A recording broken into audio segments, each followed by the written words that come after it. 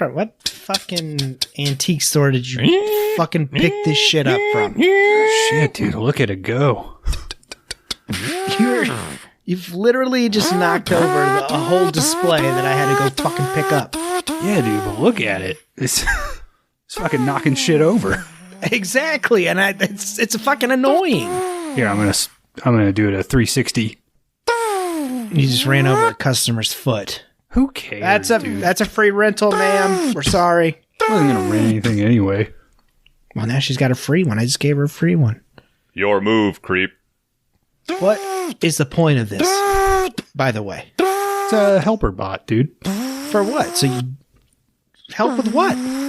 Terrorize the customers and destroy the fucking store? Yeah, I guess. It'll bring people in. 5DR's got a big robot. You fucking anarchist, dude. You're a fucking anarchist. But you're the acting manager this week. Write his ass up. I'm fucking fascinated with this fucking robot.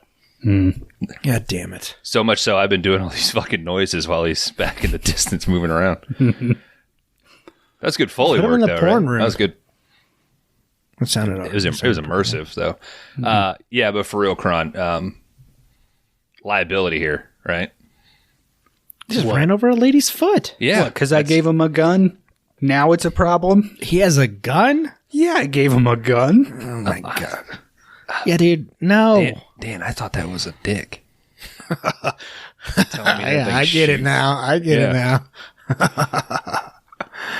Been watching that Tarantino vampire movie a lot, huh?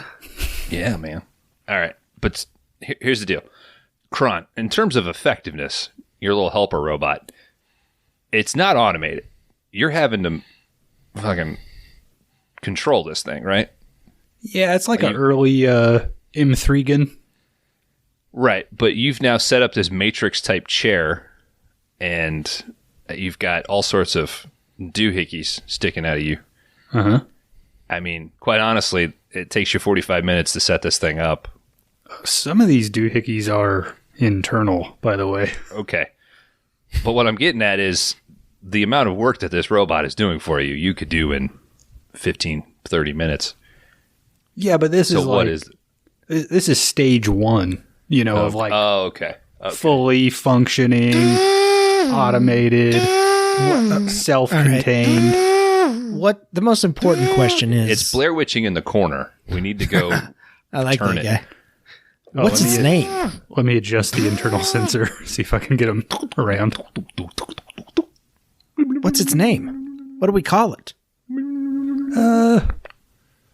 Regular Michael Winslow up in here. MovieBot? That'll pull the people in. MovieBot. That's all you came up with? That sounds like Well, that sounds me like on it's the spot, copyrighted. Could I recommend a movie for you? Yeah, he'll say stuff like that. Yeah, what MovieBot do you think I would enjoy? What kind of movies do you normally enjoy? I love romantic drama. Romantic drama. Do you want to see titties?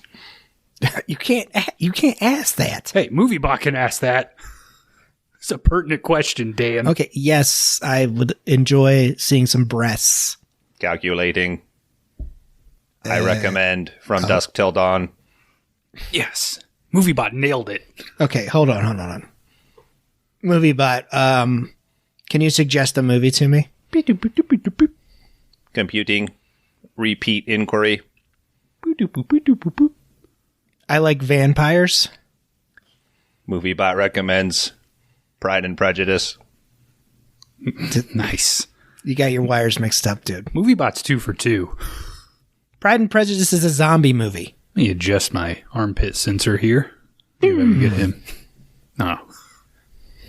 Shut down. down. Yeah, Hey, powered MovieBot, down. go clean the fucking bathroom. How about that? Why don't you suck my dick? No. I think Gotta it's get now it outta feeding here. into Kron's subconscious. Hey, I think that's... MovieBot and Kron kind of got the same attitude around the store. We're not watching Lawnmower Man again. We're not watching Lawnmower Man, but I got to tell you, this useless robot is making me think of a movie. Let me pop this bad boy on. That's right. MovieBot recommends Supernova this week on 5 Day Rentals.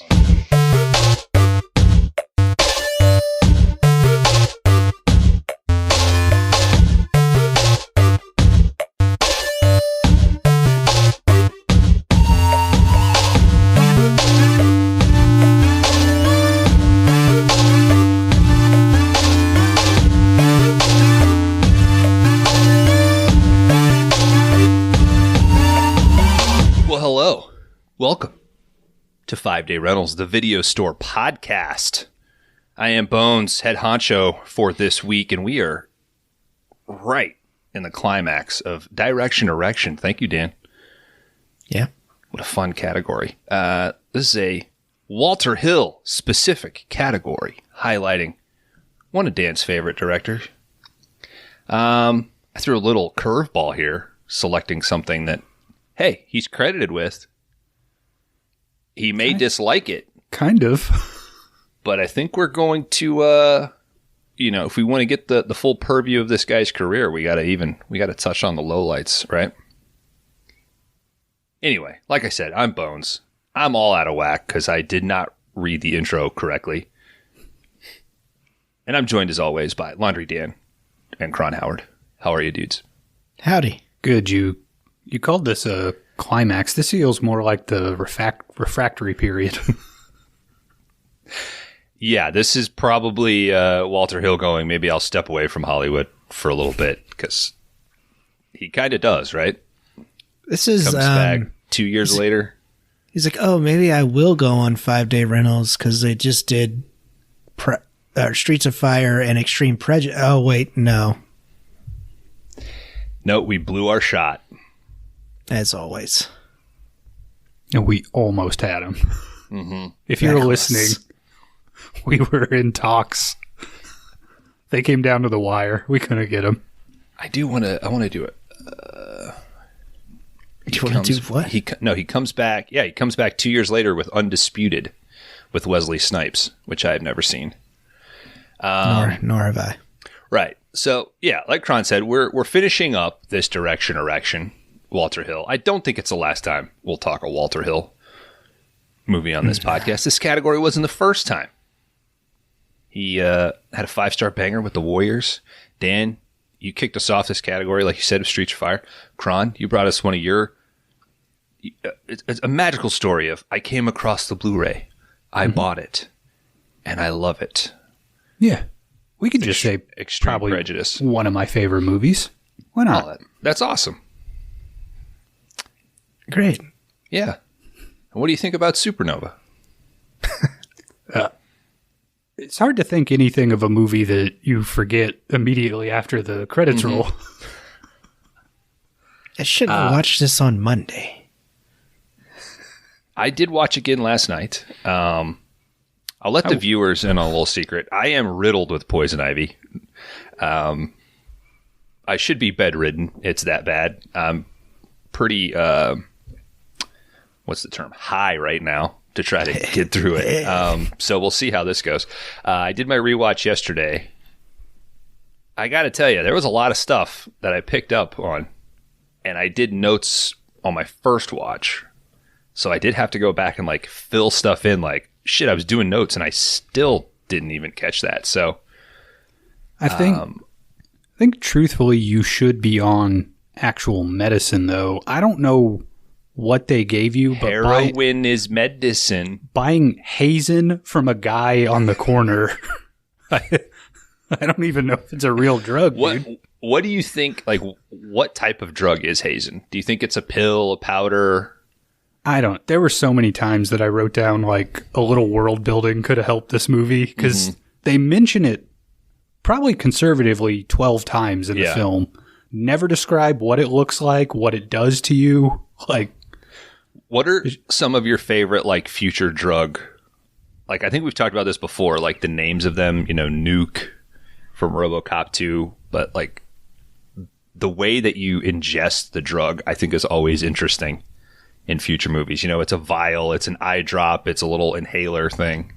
Mm-hmm. Is it Minority Report that it's a little inhaler, an early vape thing? Yeah, you gotta push it and then suck it in. Pitch Black has a good drug too. That I always forget that actor's name. I always want to call him redheaded guy from Good Will Hunting and Paparazzi. Matt Damon. No, what was his name? Oh, fucking Paparazzi, Robin Tooney. She's making a return. Yeah. What was her? Christine New York? Yeah, she was Christine. She was Christ in New York. End of Days. The only one with that name. Mm-hmm. Well, we know where she ended up. That we saw them go to. They, through exposition, tell us that they had visited other Christine Yorks. I think it says just a narcotic. That's what I was reading. Also, just when I was pulling up the Letterboxd rating and I was making the grid for later, it says that the hospital ship's called Nova 17, and I don't recall that in the movie. I just recall it as Nightingale. Do they say? It just says emergency medical rescue vessel Nightingale. Medical ship Nightingale 229. Yeah, okay. Make your fucking mind up. And then even like the mining operation is on Titan 37, but Palm 2366 or something. So, like, okay. I'm sure at some point there were pages of the script where it was called Nova 19 or something. Yeah. But Titan 37 is a moon. Right? Yeah. Okay. Yeah. It was, which was ejected from its original solar system and is now a rogue body, but slowly being pulled into a blue giant. Yes. Okay.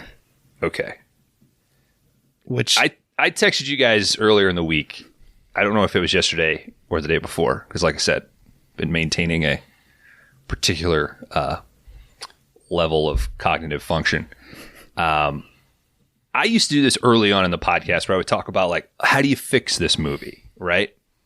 And then I think as our episodes got longer and sorry, I think listeners. just running the gamut of stuff and realizing like making a movie is hard. We do rate our movies and we have a giant list, but in no way do I want to be super negative to any of these movies minus Texas Chainsaw Massacre. The Next Generation or the new one? Both of them. Okay.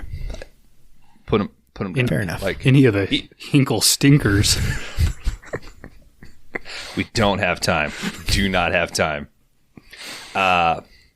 Anyway, but this is definitely one where I kind of want to knock through plot as much as possible. Like, oh, is that Kron's next category? The Hinkle stinkers. A Hinkle stinkle? Yeah. I'm writing it down right now. Okay. Fuck. Glad you reminded him of it. All right. So, Dan, let's try something new. I'm sure you did your due diligence and did some research on this. Can we talk a little bit about the making of this movie and the clusterfuck that it was before we jump in? Let's do it. They should have just made the making of this movie and released that as the movie. I think it would be more entertaining than A real Heart Supernova. of Darkness. Yeah. Heart of Darkness is great. There's a really good documentary about the making of The Island of Dr. Moreau. Yeah, I've never seen that one. The movie or the doc? I've seen the movie. I just haven't seen the doc's great, man. Richard, what's his name? Richard something. He came back and did... No. Dawn. Color Out of Space. Been making this documentary for 20 years. Has anybody seen Color Out of Space? I've started it like 4 times. I have it on a list. Me and Chad went and see Penny Richard Smasher Stanley. went and seen that. That's right. Richard Stanley. Anyway, Dan, let's get into the Stuttering history. Stanley. No, he's a smoker, Australian outback hat wearing, leather duster looking dude. Good day. I thought he had a stutter. No, that's Don't.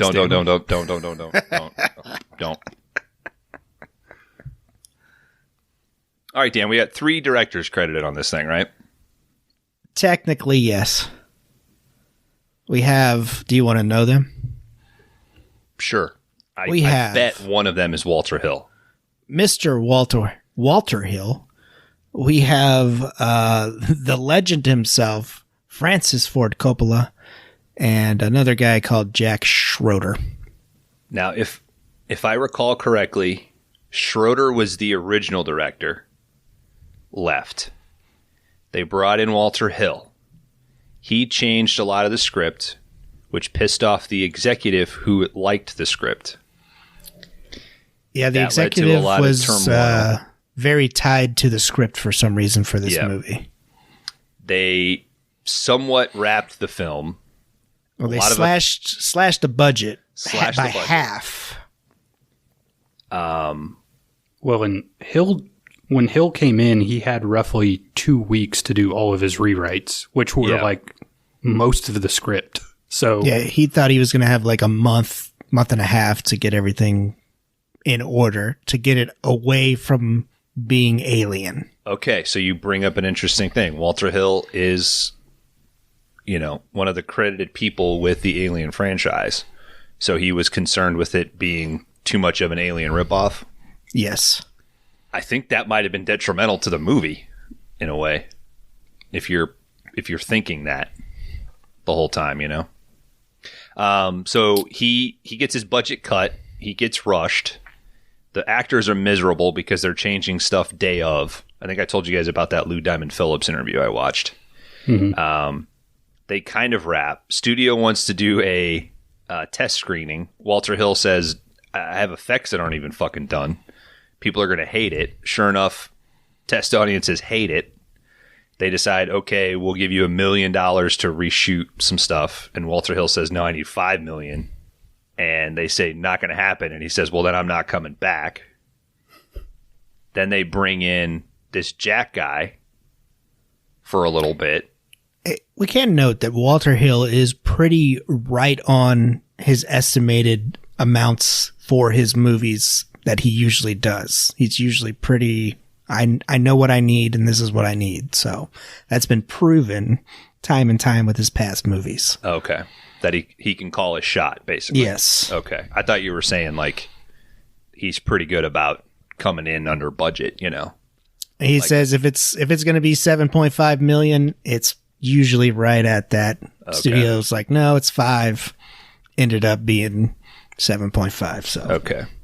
So then Coppola comes in because he is a board member of MGM. Mm-hmm. And they give him $1 million to try to save the film. And from what I understand, his main contribution is a CGI sex scene. Yes. Mm-hmm. He used... Well, we'll get there whenever we get to plot. I would imagine they left him alone for a month, and then when they knocked on the door, that's all he's like, here it is. Once they cracked the seal on the door. Yeah. It was like when they opened the elevator in The Shining. All right. Any other... I mean, I think we just got to get into it. We laid the groundwork for this crazy thing. I'm going to say you had Walter Hill and then you had Francis Ford Coppola walk out. Like, yeah, dude, it's not your directors. So it's Francis Ford Coppola. Like, come on. I mean, just reading the ending budget number for this movie, at any point I saw an estimate of up to $90 million for this thing. I honestly think, if you want to fix this, at some point somebody should have said, this project is scrapped and we're starting a different one. I feel like pull a Batgirl on the shit and just write it off. Yeah. I feel like this whole thing was we're just going to keep sinking money into it until it works, and it never got there. So I do. What's that, Bones? I was going to say, I think I read that James Spader is the one that pushed for Walter Hill. That's the only reason he stayed on, really. Yeah. And then Vincent D'Onofrio was also attached, but he had loyalty to Jack Shoulder. He was like, well, he brought me in. If he's not doing it, I'm backing out. So who would D'Onofrio have played? I guess Spader's character, I believe. Well, no, they were both in it. Oh, they were both in it? Yeah, it was supposed to be both of them, yeah. I thought it was D'Onofrio first. Maybe the bad guy? Oh, he was originally cast as a computer tech. But when Jeffrey Wright, the Australian director, was originally attached to direct. Oh, okay. So it wasn't Jack shoulder. It was Jeffrey Wright. Okay. Jeffrey Wright did 2 months of principal photography and then left because of creative differences. He wanted to do the entire film in zero gravity, and MGM said no. Yeah, that would have cost them $85 million. D'Onofrio walked out. James Spader was cast as lead. Okay. I mean, it is great. Like, this thing's an hour and a half at 90 mil. Titanic is 200 mil at 3 hours. I mean, they were like on that budget pace, and this is what you get out of it. It's insane. I do want to hand out an award to Bones, because going back through 5 Day Rentals history, I think this is our first full-on in-space movie that we have did on the show. Wow. Which is fucking insane to me. Yeah. Because I was like, wait a minute, like, we haven't done anything with space. I don't think... I guess we've done space adjacent. You know, we've done Aliens or Dollman. It's always... is technically from It's always Angel. on Earth. Yeah. It's always on Earth, though. Yeah. Hey, I mean, there's an opening sequence in Dollman where he's on his little planet. So didn't the robot jocks like fly up to I think like they space? flew up into the atmosphere or some shit. Yeah, Fought something for a like little that. bit. It's been a while. One of them flies into space to, like, I don't know, pile drive the other one into a crater on Earth. But yeah, I was We'll really write that surprised down. with that. We'll do a space category. I love space. I love space so much I'm ready to talk about Supernova from 2000. Fellas, this movie's available on Prime. That's where I watched it. Apparently Dan started watching on Tubi. I went to Prime after that, and it looked so much better on Prime. I'll say that. Yeah, I was getting 6 commercials every 20 minutes. I was like, Jesus. Prime has this rated at PG-13. I think everywhere does. It Okay. is. Fucking wild, man. You get a Yeah, good there's- amount of breasts. There's a lot of boobs and butts in this movie for PG-13. I mean, violence, pretty tame. No swearing or anything that really stood out to me. So, Nah, not really.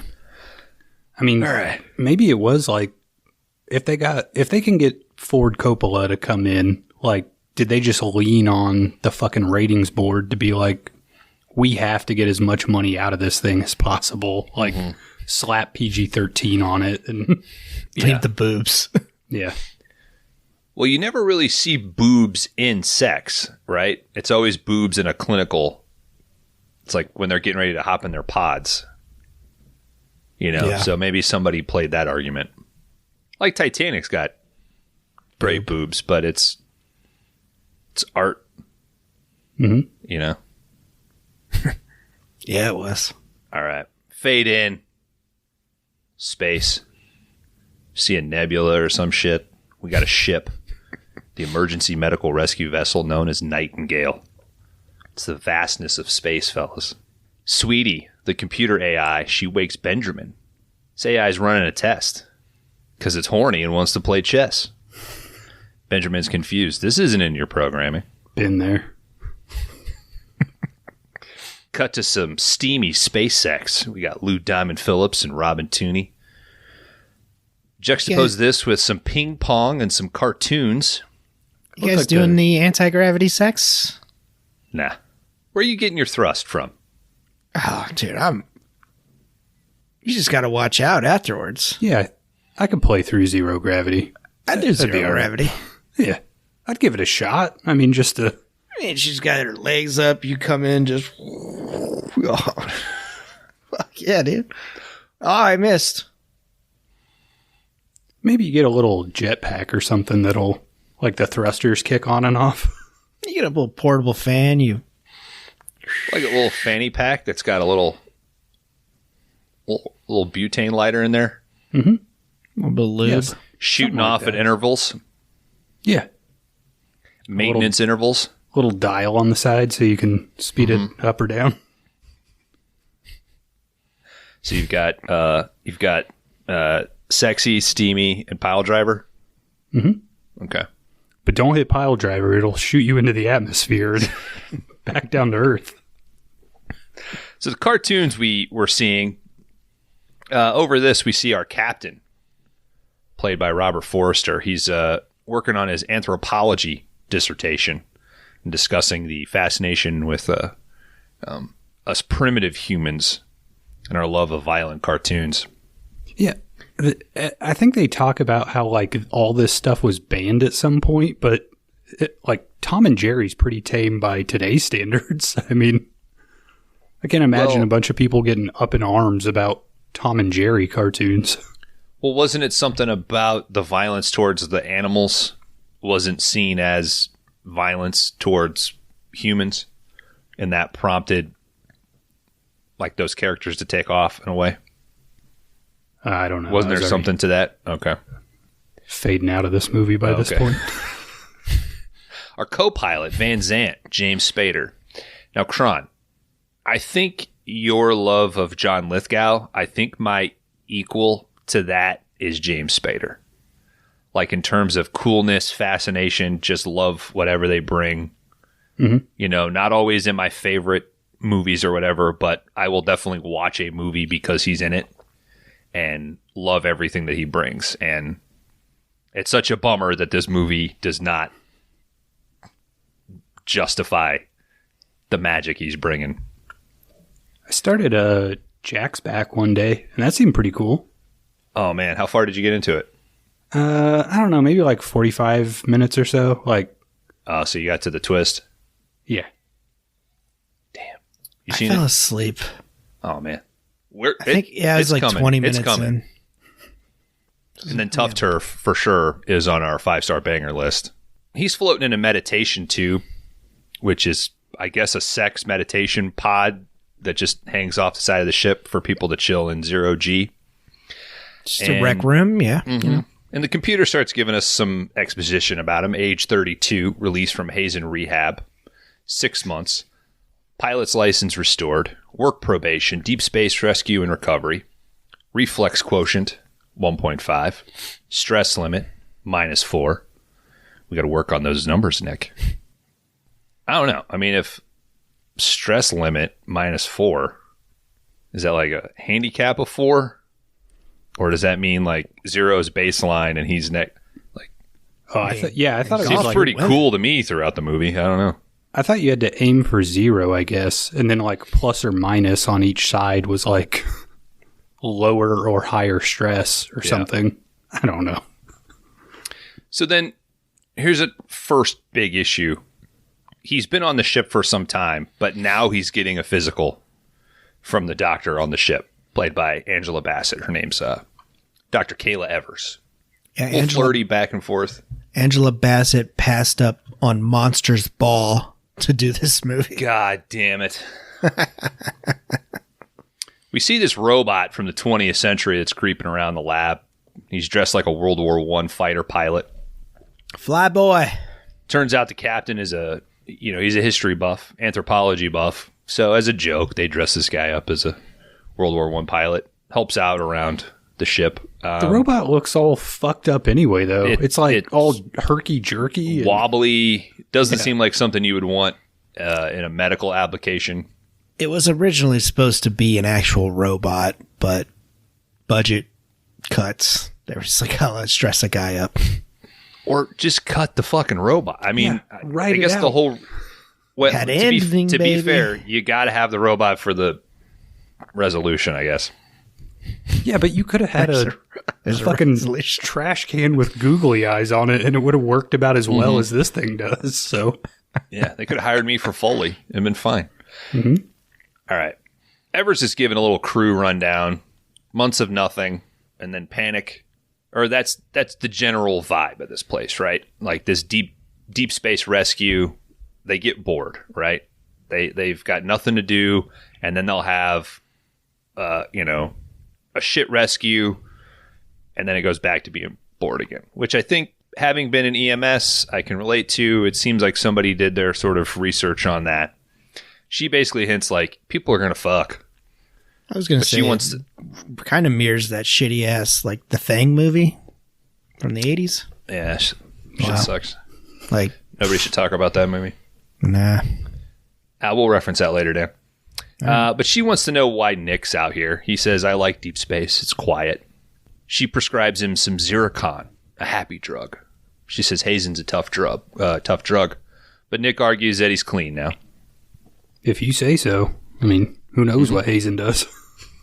Why the fuck wouldn't you want to be on Hazen if you were in this situation? Yeah, I'd be fucking high as a kite. Because his reflexes are at a fucking 1.5 and his stress limit's a -4. Yeah. He's got to get those numbers up, dude. Why would you... fucked up, Dan. If I got a -4 stress level, I'm doing good. That's what I was thinking, but it's negative. I think what Kron was saying is that that's probably bad. No. Yeah, like anything away from 0 seems like the wrong You're adding pluses, bro. That's more stress. That's what I was originally thinking. Dan makes a good point. Yeah. If I'm negative, I'm like, oh, I ain't got shit. Let's watch movies. Cool as cucumber. Sweetie is ruining a game of gin between Benjamin and Nick. Benjamin and Nick admits that he's tampered with Sweetie's programming, but a little back and forth. Nick says, I'm not going to turn you in.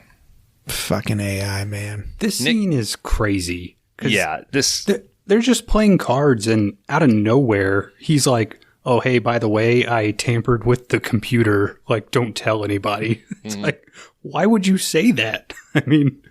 Well, he even says, and I don't think you're going to tell anybody. And then Sweetie says, based on Nick's bioscan, I think there's a 90% chance he will tell on you.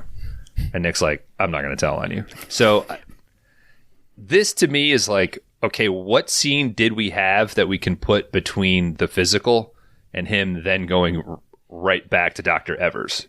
Because after this gin game, he sits back down with her. She says, oh, the Zircon's working. And he says, hey, I'm just following orders. You told me to get to know everybody and be nice. That's what I'm doing. She goes on about not being a fan of Hazen. She knows what it does to people. It's more of a type H mind altering escape. And sounds cool to me. Yeah. You start to get the hint that Nick's kind of into Evers. And then what he does is he pulls out his prescription and he says, they're all fucking there. Like, I think that was his way of saying, I was doing this without the use of your drugs. Like, I don't need drugs. Baby, you are my drug. My reflex quotient is bullshit. My stress limit is good. Computers suck. Do you guys think Alert. So? -4, bitch. Alert. Emergency distress signal received. What were you going to say, Kron? Oh, do you think someone should have said, I'm Blazing Hazen in this movie? Yeah. That should have been a bumper sticker on the back of the... That's our new t-shirt. All right. Emergency distress signal is received. All crews to stations. Bridge check. Medical check. Everybody reports. Lou Diamond Phillips has a funny thing about, oh my God, I forgot what I'm doing. I don't know my job. What is this? You know? This I don't understand. The captain has to go, I guess, into the guts of the ship and connect some wires like fucking Estevez at the beginning of Mission Impossible. Like, you'd think he'd be on the bridge, but... Yeah, is that like how the ship normally operates? That seems like such a terrible design. Like an old school like phone operator thing, and he's hanging off the side of this thing. So Nick and Benjamin, they're on the bridge. So they got an SOS. It's 5 days old. It's not dispatch. This thing is a direct call. And the origin is from Pole 6822, Titan 37. A mining operation. It's way past a colony outpost. Computer says that this moon was ejected from its previous orbit. It's now classified as a rogue body. Gravitational instability. Why are we always mining shit on other planets? Because people need fucking cell phones every 6 months, Dan. Mm-hmm. So capitalism is so strong. It's still in... I think this takes place in like 2127 or some shit. Yeah. It hasn't killed the Earth yet. Oh, Earth's fucked up, dude, at this point. Earth's fucked. Yeah, but it's like those are basically just like free resources. Who gives a shit if something lives out there? I mean, Yeah. that's just stuff on other planets that you can harvest. You said that back in the day, too. That's just, I mean, you bring that up. I mean, so much of science fiction has that shit in it, right? Fucking Blade Runner. It's always they're designed to mining work mines. operation. Yeah. But that's just innate into the human fucking story of like pillaging resources. Like, can't we just how be we like, maintain? Oh, we're just looking around and our ship broke down. Like, fucking Avatar is about mining shit. I'm not trying to enslave these people or take the shit that doesn't belong to me. Dune. It's all about. Oh, you can get high as fucking Dune. Hell yeah. Yeah, man. Give me that spice. Fuck that hazing. I want that spice. All right. I got them blue eyes already, baby. I'm high as shit. Titan 37 is subject to gravitational instability. It's been 5 years since the last reported mining operation. Now, all of this information is intercut with flashes to a mining operation. We got dudes in suits, shafts and elevators. Some dudes uncovering some glowing thing. The distance to the distress call is 3,432 light years. Did you guys watch that video that I sent of Marjorie Taylor Greene forgetting how to read a number? Yeah. Giving up halfway and just saying, it's over 1 million. They're going to have to jump. So, like we said, Captain Marley is down in some fucking engineering tube silo or whatever and decides that if we're going to do this, I want proper authority before risking a jump. I want an actual name. I don't just want some bullshit. So they check the records and they say that the distress call comes from a Carl James Larson. We see Evers say, Carl Larson? Back at the mine, we see some purple glowy thing being uncovered, some dudes standing around it. Captain gives the order to plot the course. The dimension drive is fully charged. The crews begin to prepare for the jump, and this means getting naked in front of each other. Yeah, why do you Classic have to sci-fi be thing. naked to get into the hyper jump pod? You don't want your clothes to genetically bond with you, I guess. Didn't he say something about having sex during it or something? Yes. I think he said it boosts your sex drive. His research says that D-jump enhances your sexual endurance. And he says this directly to Lou Diamond Phillips and Robert Tooney, who everybody knows is fucking. So A D jump is whenever you hold it and you just jump onto the bed. D jump. You take a running start, you jump fully into the air, and you land on your boner. Oh, see, I thought the D-jump was you're fully hard, right? You hold it up to your chest, and then you let it spring, and it hits the mattress, and that pops you up. Oh, like it's nice. Yeah. Ba-dump. Right? If you could just figure out how to do that midair, you could just keep climbing. Yeah, you can double D-jump. Yeah. Get to the top of the level where you're not supposed to be. Mm-hmm. This movie looks like it should be on the fucking Sci-Fi Channel. Yes, this movie looks bad. And it costs $90 million to look like this. The camera is never still.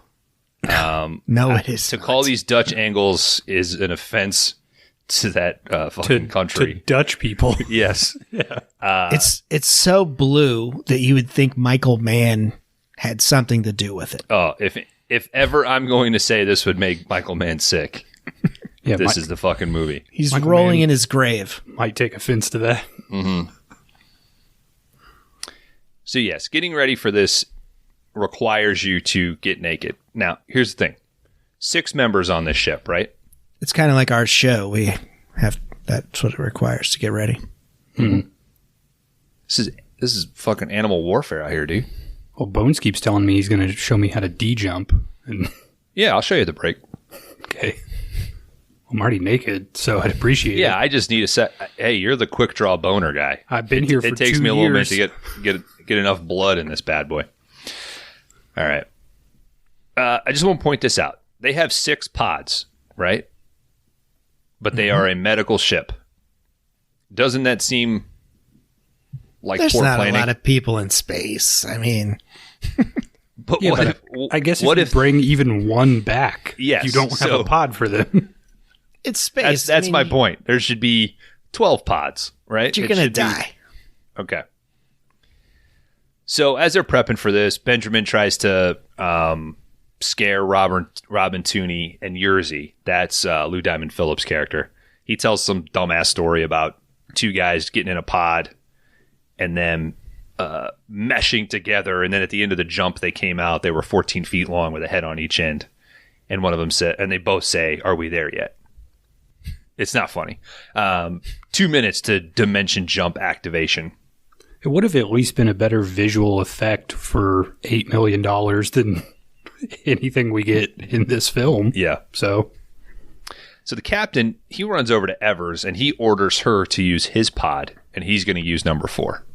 She starts to question. He says, "No time to explain. I'll fill you in later." Crews get in their units. They're all sealed. But the captain, he gets a red light on his pod. Plasma acceleration. We got flashes, snippets of what's coming. An alternate dimension, panic, who knows? It looks fucking awful. Deceleration. I would say that, like, the tech on board the ship, it doesn't look like it would even be able to travel through space. No. It's like some of the equipment that they have on there. They show Spader at one of the bridge computers at one point, and I was like, this fucking looks like it's 600 classic white buttons. I was like, there's nothing futuristic about this. No. And it's such a bummer. And that's why I wondered if a lot of that cinematography was trying to cover up sort of the cheapness or the blandness of So you can't see it. of the ship. Yeah, because like the Makes fun in sense. this should be like, you guys aren't into Event Horizon as much as I am, but like the fucking set design of Event Horizon is like interesting. It's not fucking remotely practical, right? But I don't know. That should be a character. The ship in a sci-fi movie should be a character, and this doesn't. It's just bland, and you have no real sense of geography of the ship. People are going up and down ladders and shit. yeah. The doors are all different. They dock from underneath, but they're always there, like at the same level.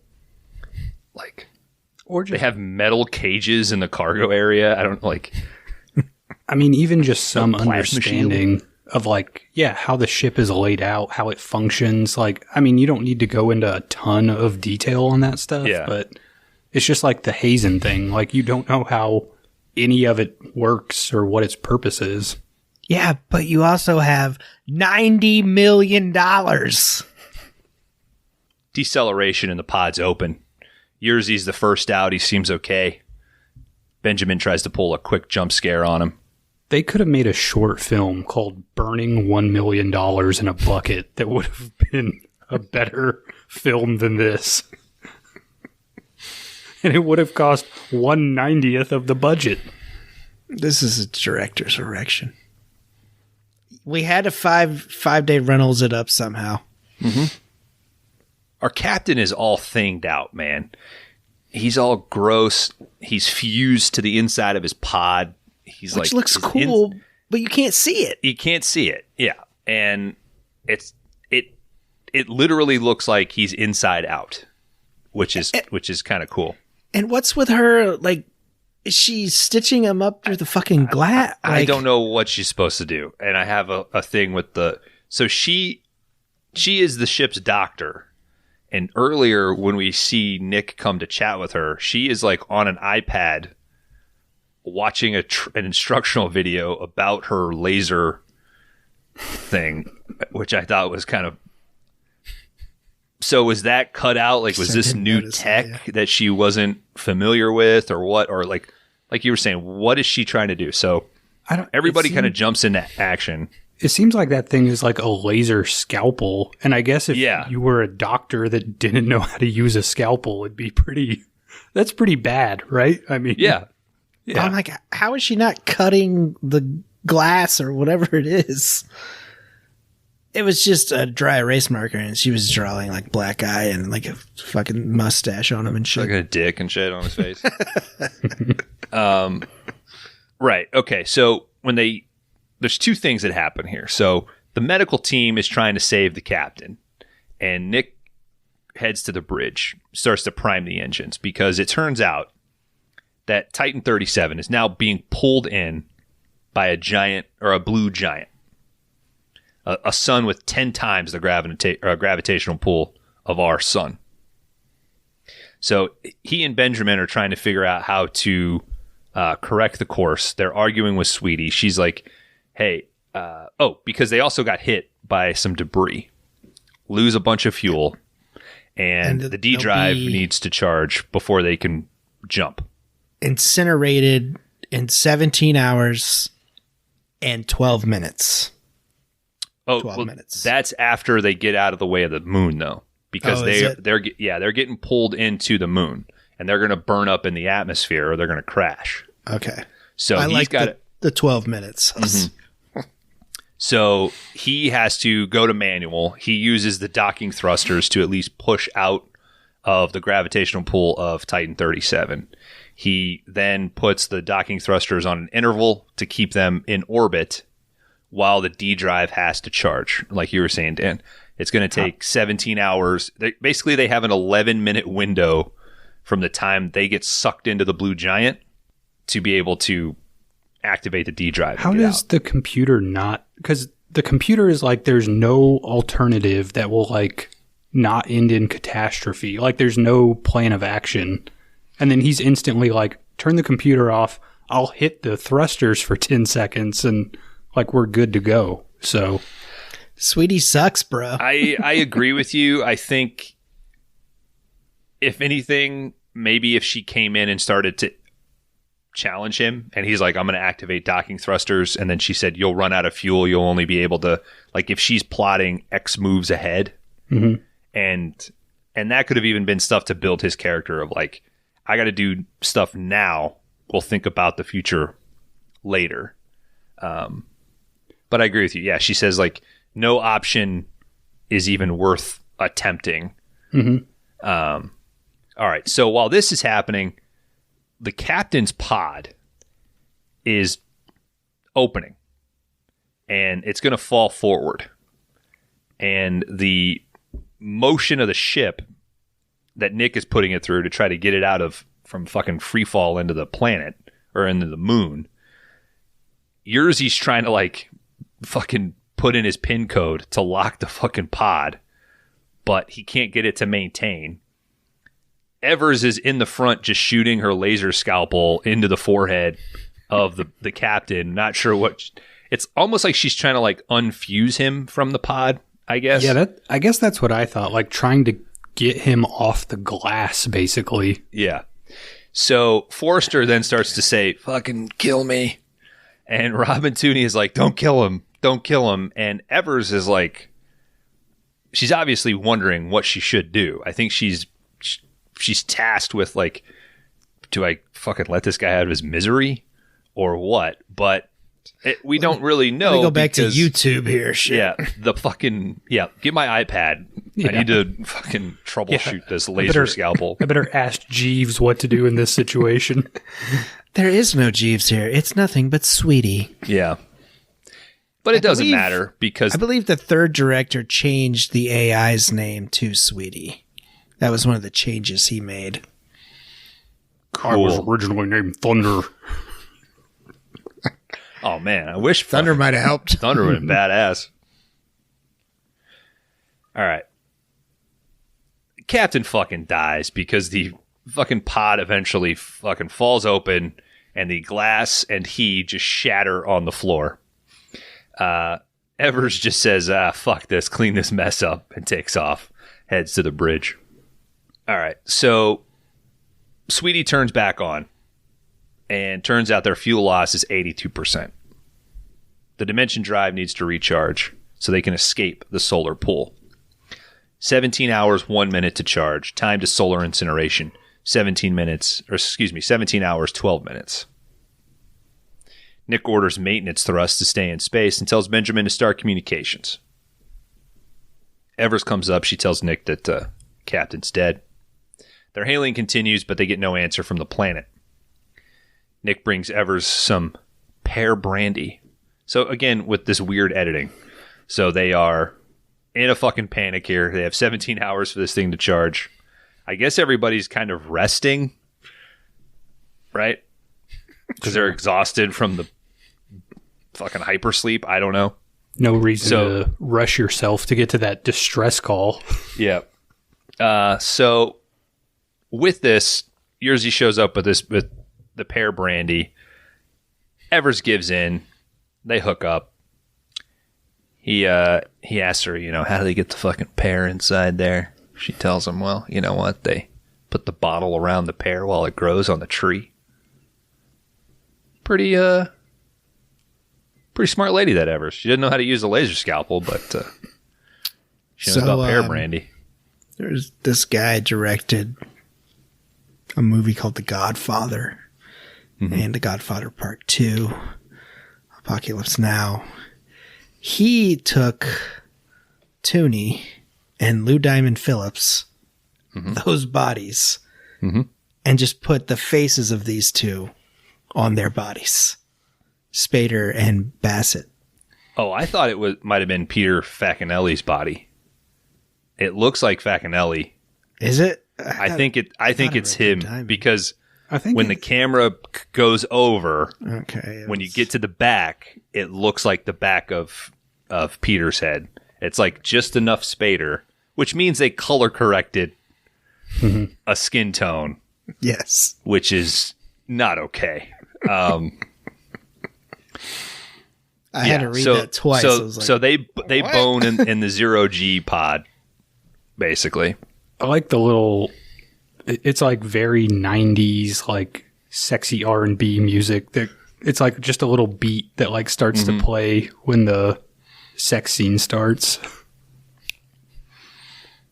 Yerzy presents Danica with some child permission papers. This is how you know it's in the future. Thought that was going somewhere else for a second. They drop some little hints about, hey, two fine, non-engineered humans like us, we ought to get approved. While this is going on, Benjamin, he figures out that there's like a whole thing where she says, what if only one of us gets approved? And it's like, how does the government even operate? Like, you would have to approve two people to have a kid. I mean... Yeah, but maybe not them together. Maybe they're saying, you can have one, but we don't want Yerzy to be a father or something. Well, do they pick who you bang then? Because, it seems like if they gave, like, me one, the person who I sleep with all the time, that's who I'd make it with. I mean, unless they say you get matched up with number 3524, it's like... you're taking the date, though, right? Like, you're going to go see who 3524 I'm going to check out the dossier. I'm gonna take a look. Yeah, let me see the stats. Yeah, but it could be something that's like, oh, we're going to do genetic tests on Yerzy and genetic tests on Robin. And, hey, we like what Robin has to offer, but Yerzy, you have a tendency for blah, blah, blah. Nope, you're not a prime candidate for child. Like, I don't know. Well, then do you have to raise the kid with the other, like, I don't know, man. It's such a dumb scene. Just do every other weekend, man. Well, yeah, that's not fair to 3524 if you make you knock her up and then you just bail, right? Well, this is the future. 3524 could be a dude. That's what I mean. If they hook you up with someone else, like... This is 2123. We got jumping blue giants. I don't know. Space, baby. Anything's possible. Kron, I think you're right. I think the what if only one of us gets approved thing is kind of dumb. I think it's futuristic enough to say, like, hey, here's an application for us to do it. And she could have said something like, but what if we're not an approved match or something? You know what I mean? Like, it's 3524 is my fucking cousin. Yeah, but you compatible. Yeah, No. You're fine. That's enough separation. Wait, first or second? Obviously, you'll get along. Her stress readings balance yours. You're a -4. She's a +2. All right. Benjamin is able to figure out that the captain knew about the faulty pod prior to the jump. And that was why he made Ever switch with him. He didn't want to live through this movie. Hey, Poor guy Walter. just wanted to fucking watch cartoons, man. Hey, Walter, I know you got this lady dying on page 30, but I was thinking we could... Why don't we flip that? I'm hot off Jackie Brown here. Let's get one of those rewrites going.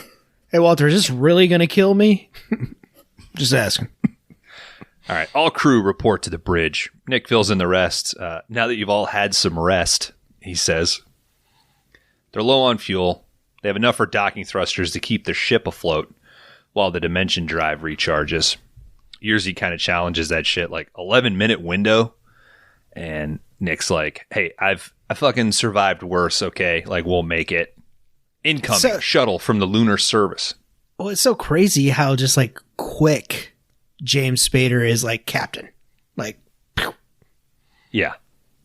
Like there's no discussion at all between the other crew members. Totally connected to what my first change in this story would be. And it would be that you give them a rescue operation before this one. That you open on... you don't just open with them hanging out. You open with them about to do a mission or mid-mission. And you set up the dynamics of the people. You set up the confliction between Nick being the outsider and all of that right off the bat. You see everybody being capable at their jobs. You see the captain, blah, blah, blah. You get some exposition between Evers and the captain about Nick.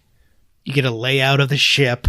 Yes, you get a layout of the ship. They save somebody. It's good. You get a little bit of a break, then you basically get that lull that the movie opens with, and then you go into this thing, and you give them something of like, oh, we don't always have to jump. We did something, closer or whatever, and they just finished up, and then they have to jump again, and so you set up the negativity from Yerzy and a few other people questioning Nick because maybe he made a brash decision in that first rescue or something, because there's so little action in the movie. I think it would be awesome to see like him flying the shuttle and saving somebody or, just get a little bit of a punch in the beginning, and then maybe you cut to the shit that's on the moon that's going on instead of that intercut, and then come back. I think that's my main first change. I'm a little worried that your fix seems to add like 30 to 35 minutes to the movie. And fucking worse, $40 million apparently by their current ratio. Also, is Nick like, he's like co-pilot, right? Yeah, but he would be captain. Yeah, so I guess like just by like de facto, as soon as the main captain dies, it like would shift to him anyway because they're still on a vessel. So when it would like automatically go to the next pilot, right? Mm-hmm. Yeah. Karan, you don't have an ex-drug addict that takes over for you at like work when you're not there? I'm just saying if I was on, a boat and the co-pilot was a drug addict, I would still trust him over me piloting the vessel. I'd be like, all right, dude, we got to like fucking wake up. But that's such an easy fix though, that there's a quick conversation with Evers and the captain, like, who is this guy? What is he getting us into? And he's like, you don't know his record. You don't know who he was before this. Like, he's a guy that I would want, blah, blah, blah. Like, you would want him in my chair if the chips were down or some shit. You know what I mean? Like, fucking give some foreshadowing that captain's not going to make it. Do whatever. Like, set him up. Yeah.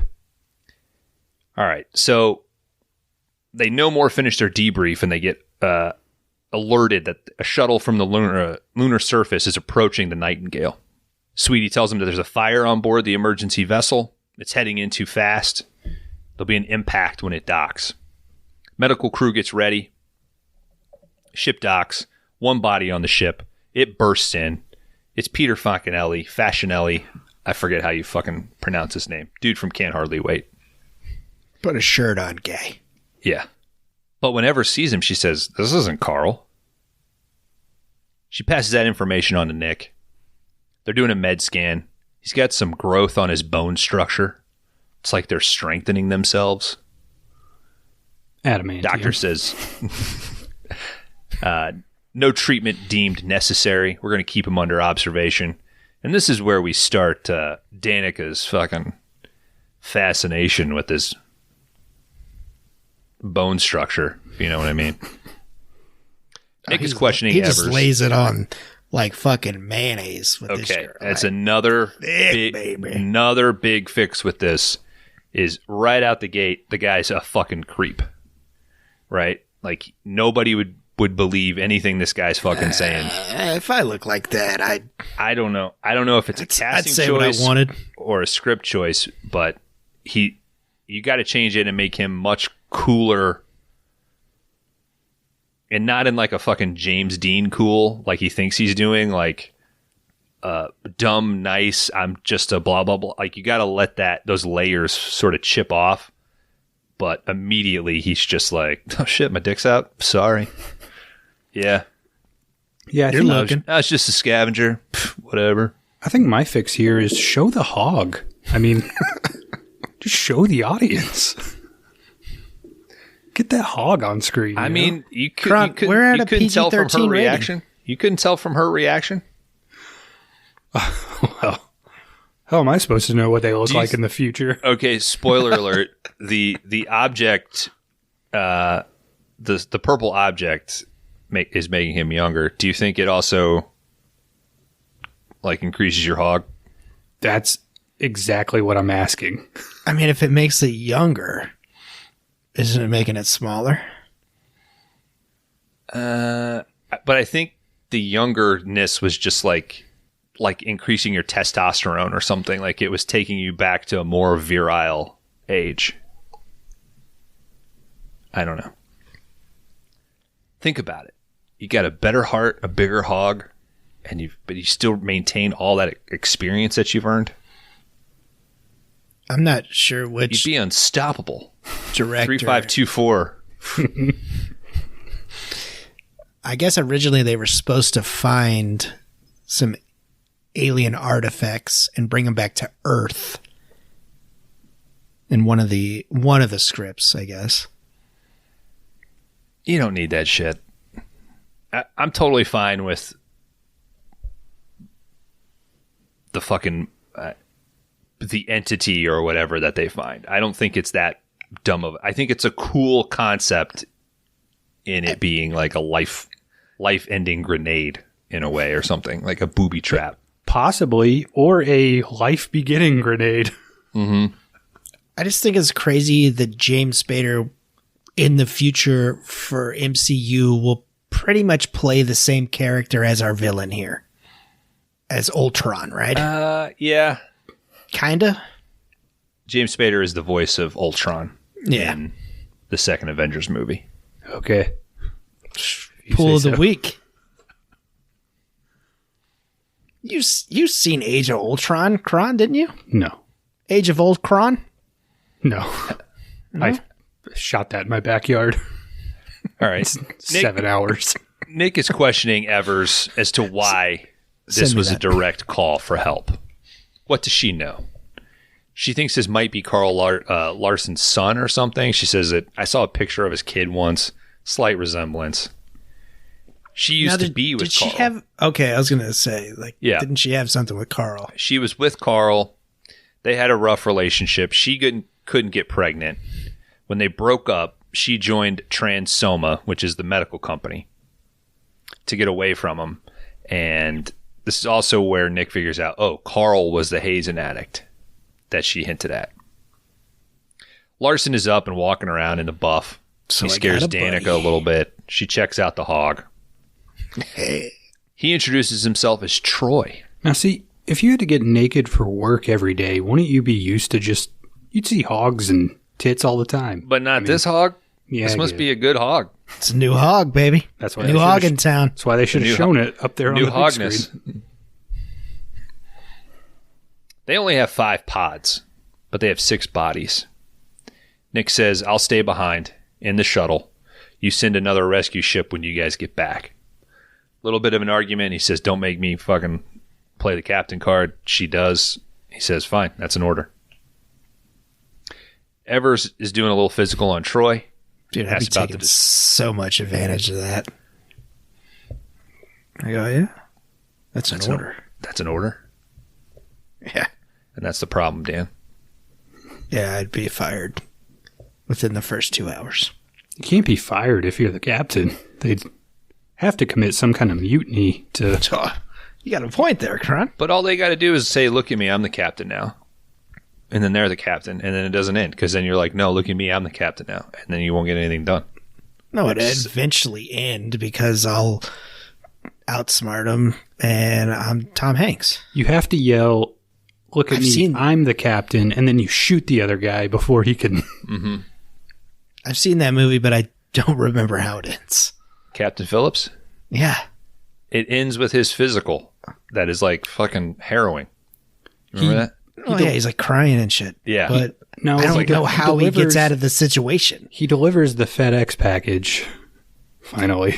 Yeah, that's right. With the volleyball? Yeah, and then he yells at Matt Damon and he says, earn this. When is he with Tom Sizemore? And then he cries at the... That's World War II. At the grave site of his girlfriend. And then he fights a volcano. Oh no, it's the grave site of Wilson. That they set up. Well, that's where he signs. That's where he signs the Mighty Mighty Bosstones. No, it was the Oneaters. Is that their name? And that thing you do? Yeah. I think they should remake that with the Mighty Mighty Bosstones. That'd be fucking amazing. I'd be there opening night. Sing the song, Kron. Oh shit! What's the Mighty Mighty? What was their big hit? It's the impression that I get. Never had to. I never knocked on wood. Oh, no. But I know someone who has. Go. That's the impression that I get. Didn't they have a dude that just danced on stage? Probably. Yeah. Why not? There was like 20 members of that group. Never had to knock on wood, but I know someone who has. That's the Which makes me wonder if I should. Which makes me wonder if I ever had to knock on wood. Now, this brings in the Evanescence question. Can we name another Mighty Mighty I don't know. Bosstones If song? I see them on Sunday, I'll fucking text you guys the set list. Are you going? I don't know. There's still a lot of seats left. You think the Bosstones are coming out? I thought they had one. I can't. I don't know. Are you thinking of Squirrel Nut Zipper too? Because I think they were. I'm rolling like Cherry Poppin' Daddies, Squirrel Nut Zippers, and like Real Big Fish. Real Big Fish. Yeah. What a carefree time in America, man. Fucking 9/11 just ruined it. You think about the end of ska is where the country really started to have a downturn. We don't need Jesus back in schools. We need ska back in schools. Let's 8 kids together, hand out guitars and trombones, and dude, let's write that fucking School of Rock meets Dangerous Minds mashup where a former, like, the lead singer of the Mighty Mighty Bosstones has to take a job teaching in the inner city, and he teaches these kids how to ska. What would we wouldn't call it Dangerous Minds? It'll come to us. All right. So Evers is doing a little physical on Troy. She asks about the distress call. She asks about the name that he used, Carl Larson. He says, yeah, that was my dad. He died 3 years ago. Said that if I was ever in trouble, I should look for you. Use his name. Then he starts telling some bullshit story about how my dad really regretted how things ended with you. He would talk about it all the time. Nick comes in. It's the only thing he regretted. Yep. Nick comes in. Spader's doing good work in this movie, despite it being shit. He's, like I said it before, he's too good for the movie. I couldn't tell him apart. The camera was moving too much. That's fair. Mm-hmm. Troy says, I know what you're going to ask. I was scavenging. You'd be surprised by what the government leaves behind. Me and a group of other scavengers went down. They turned on me. They stranded me. He asked him again, why did you use Carl's name? I've been using it since my dad died. Troy says that there is fuel on the moon. Nick says he wants to go check it out. Also wants to see if there's any other survivors. And he orders Sweetie to give him some intel onto the mining operation, because if there's somebody down there ready to jump him, he wants whatever fucking intel he can get. And just before this, though, he tells Yerzy that he wants him to scan the shuttle. And Yerzy plays the, I'm a medical technician, why don't you get the fucking Benji dude to do it, or have the fucking robot do it. And Nick basically says, like, because I want you to do it. Like, I don't want the shitty robot to do it. I want you to look and see what pops out to you. Yeah, that robot looks like it can't open a door, so I don't know why he's bringing that shit up. His name is Flyboy, guys. That's his name, Flyboy. No, stupid robot. Troy is putting the moves on Danica again, and he's doing this with some sexy beard maintenance, which he's trimming up his 4-day scruff, I guess, with some scissors, and Yerzy gets a little shot, or he's sneaking up on him. He's getting a little jealous. At the end of the movie, it looks longer than what he cut it. Well, he's cutting off like one day, like a millimeter of growth. Well, he's just snipping like the little stragglers, the ones that are growing, at 3 times the speed.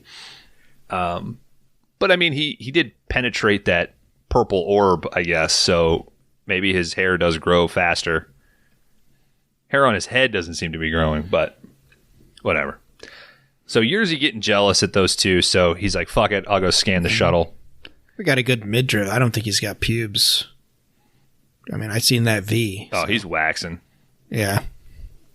Just another reason to show the hog on screen. I mean, so I thought the scan that Yerzy does on the ship is kind of cool.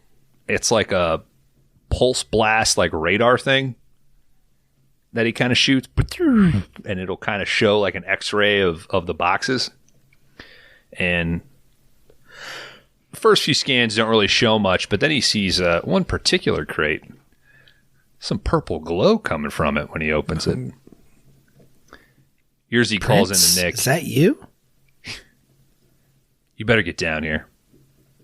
Yerzy fucking touches this thing. Some medical training.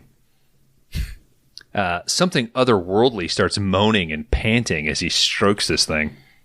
Then he penetrates it, and he smiles. Nick comes in.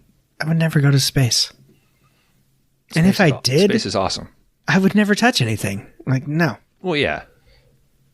Don't take off your helmet and don't touch anything. Oh, I'd be penetrating as soon as I got out there, dude. Kron is the high life. He's the fucking world ender. Mm-hmm. And nobody's ever fucked this pile of goo before. First one in, baby. You get sloppy seconds, bitch. Mm-hmm. One tiny fuck for man. One giant load for Kron Howard. Usually showing this thing off to Nick. Whatever it is, it's the most amazing thing any of us is ever going to see. Yerzy, you fucked this thing? It doesn't look that impressive to me. It looks like a key fob for my wife's Honda. Like it. Yeah, I was like, yeah, but it glows. I mean, Oh, cool. yeah. What an effect! What a special effect they had. So they cut to them talking to Troy, confronting him about it. He says, "Of course I didn't tell you about it." Evers uses fucking Flyboy. Dan. Oh, you guys didn't penetrate it, did you? That's fine. We're in an open relationship. I mean, Just a tip. yeah. So she uses the robot to handle the object, remove it from the shuttle, put it into the cargo hold. Flyboy? I said Flyboy earlier and you didn't react, so now I'm saying Okay. fucking robot again. God damn it. You ante up, I call it, you don't answer, fuck off. He Shitty has a name, and in Fight Club, his name is Flyboy. Or And in Troy Death. starts to tell another BS story. By those rules, he'll only get the name whenever he explodes in space, so... Kron, so Diablo spoiler alert. For this or Fight Club, no one's going to watch this movie. It doesn't matter. We should put a disclaimer. Don't I think if it starts trending, they should pay us. No. I think people should watch this movie. It's a bad movie, but I think it's a fun 90-minute watch. Dan, I think it's a fun 90 minute. we're not going to see a dime from MGM until they recoup their additional $83 million, so... To charge us for doing this movie. Yeah, they got a ways to go before this one gets into the black. They made it back when they sold to Amazon. That's probably a clause. It's a fucking write-off for Bezos, so he don't give a shit. Supernova's why we're selling this, so you can have it, Amazon. Finally, So Troy- the research video for my space program has come in.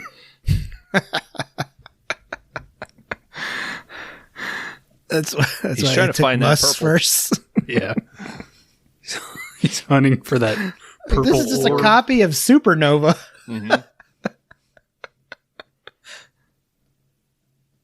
All right. Troy tells another BS story about his partners leaving him before he found the treasure. And he offers the crew 5% of the haul. Here's he says, this is it. Primary contact. This is not man-made. Nick doesn't give a shit. Danica says, like, maybe it's just an alien sex toy. I mean, like, this chick is just She's horned Horny. up, bro. horny. And she molded with like another. Did she fuse with another lady in End of Days? No, that was the Never mom said and the daughter. mother and the daughter. Okay. Yeah. That Didn't was she that was ha- after he punched through what's his name's head, that fucking actor, yeah, that's right. and then fucked the mom and the daughter, and then they fused together, and then she dreamed herself, like they became her. It's a good movie. Check out End of Days. That's a Bones pick as well. Yeah. Got a Robin Tooney thing. Yeah. I like fun movies. That's my thing. I like movies that don't perform well on the podcast. I've seen the numbers. Thanks, listener. All right. So Nick doesn't give a shit. He wants to blow this thing out of the airlock once they get out into deep space.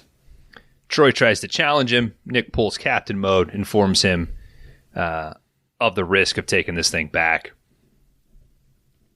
Nick's not buying any of it, but this whole thing is sketchy. He's going to go down to the planet for answers. And guys, we're going to go to the toilets to evacuate some pee.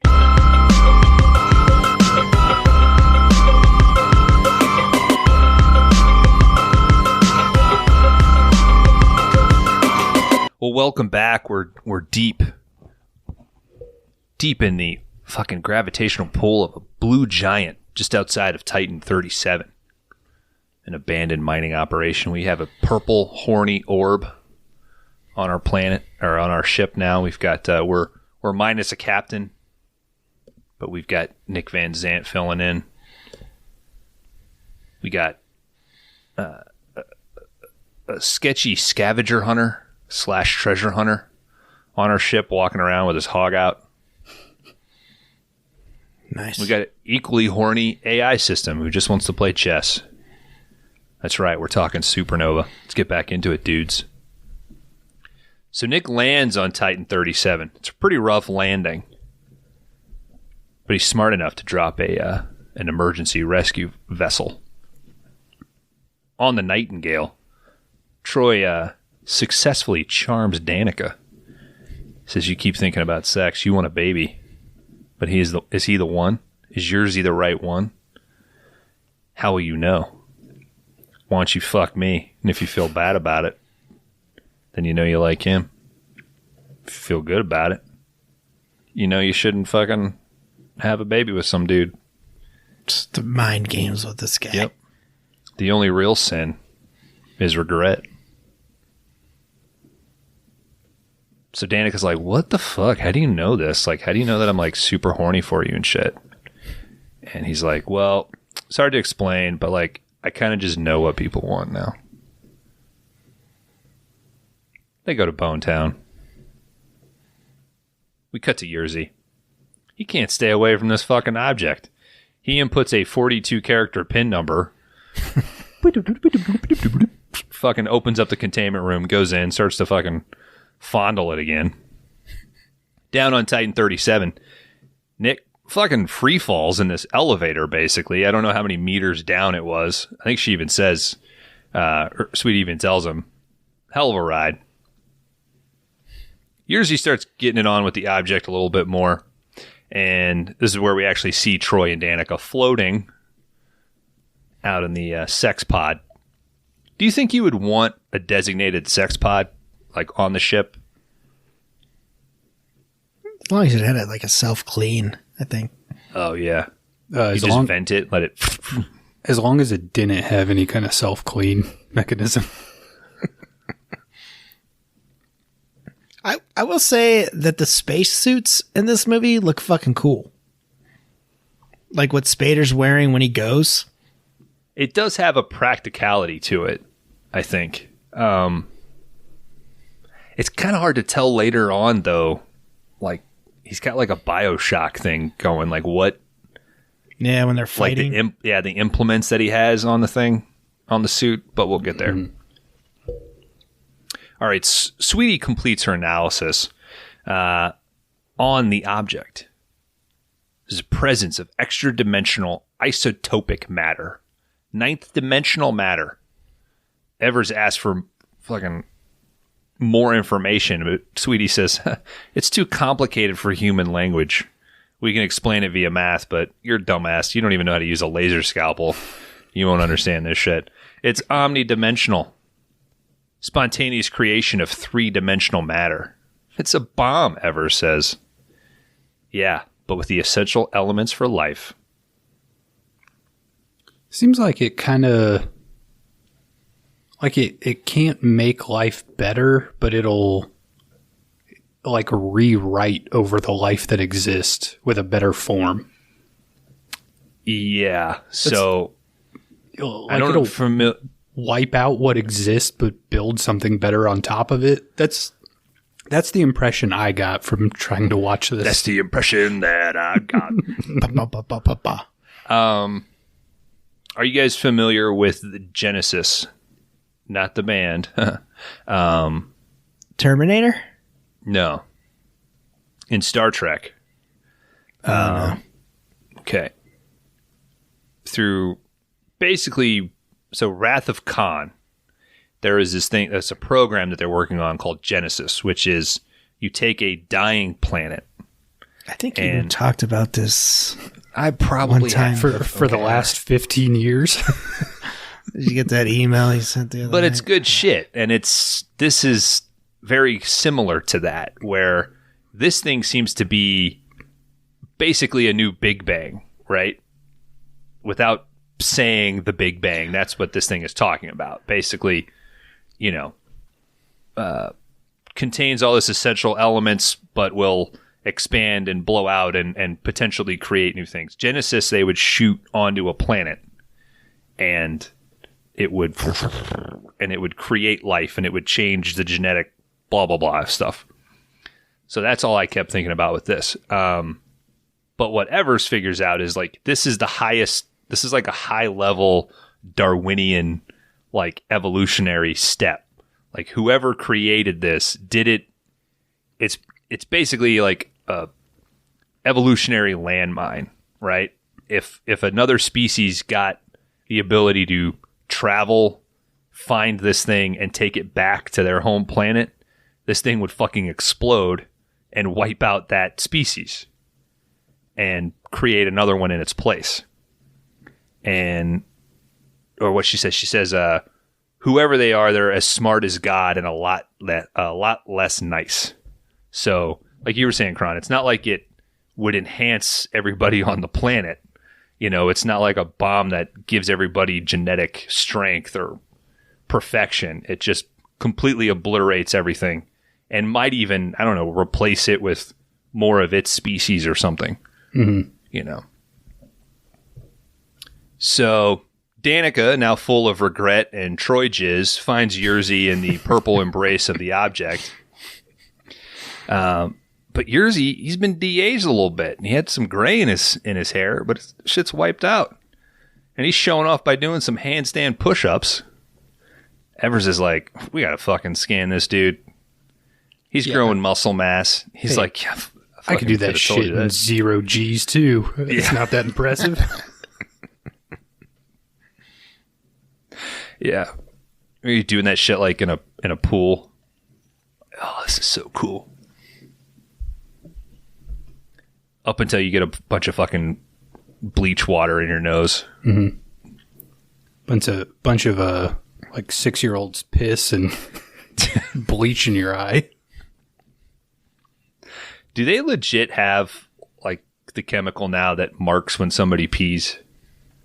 Is that real? I hope not. Yeah, same. I don't think so.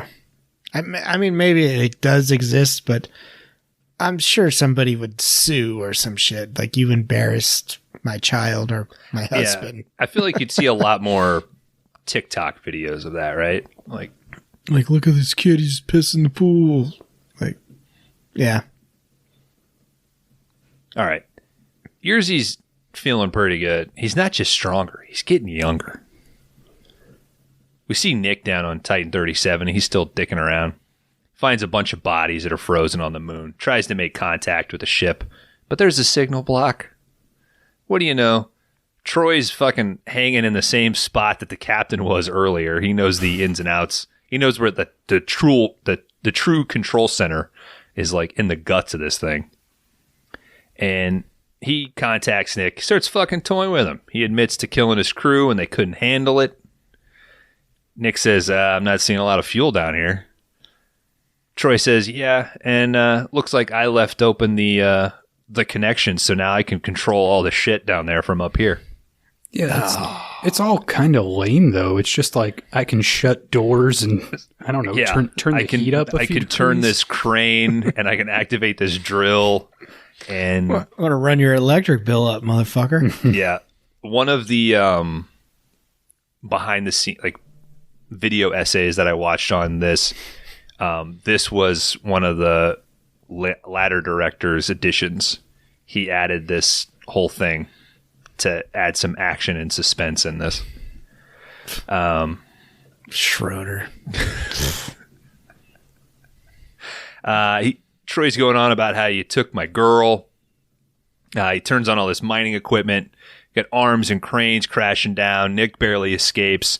Some drill starts up. Chases him through a tunnel. Troy calls Nick out as a hazing addict. Nick has to run across this like long bridge that connects to the dock where the ship is. But Troy takes fucking command of the ship, puts it into autopilot, flies it off the fucking moon. Oh, not before trying to burn Nick up with the thrusters of the thing, which Nick manages to survive. I mean, he could have just stood where he was. He like kind of dives to get out of the way of the flames, but his suit still protects him. Anyway, then Troy... You get that adrenaline pumping? Yeah. Troy programs the thing to just go on an infinite loop out into fucking outer space. And Danica comes in and she's like, what the fuck?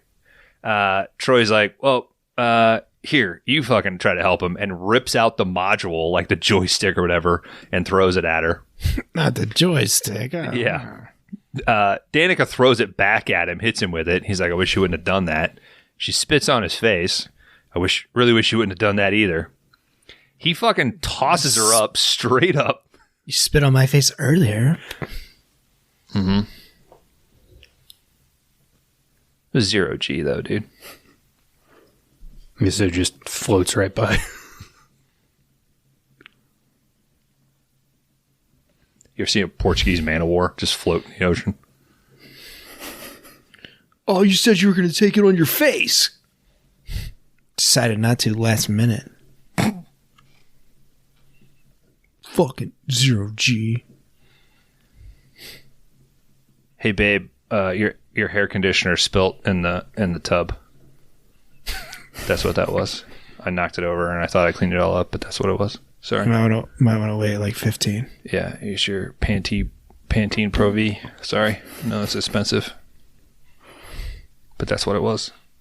What's my dildo doing floating around in here? Oh, it got out of the bag. Oh, I was trying to plug the drain so I could take a bath. Why is there a Sylvester Stallone playgirl? But your dildo has balls on it, so I didn't get a good seal. What you need is one of those like suction cup dildos, right? You could probably stick that on there, and that'd be a good right over the top drain of the tray. stop. Yep. And then you got a nice grip to pull it off. Or just in case you get too soapy, you can get yourself up a little easier. Yeah, you fucking pull it, you slide it, like you're fucking ice climbing.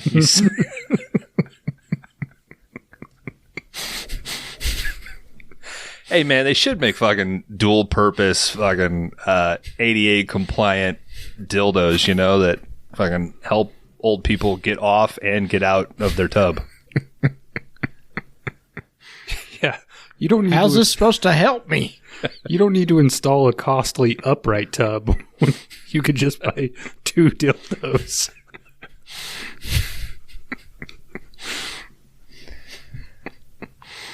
Well, what's cheaper?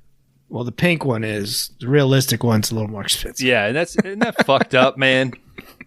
I get the tie-dye one for $19.99, but a flesh color is $24.99.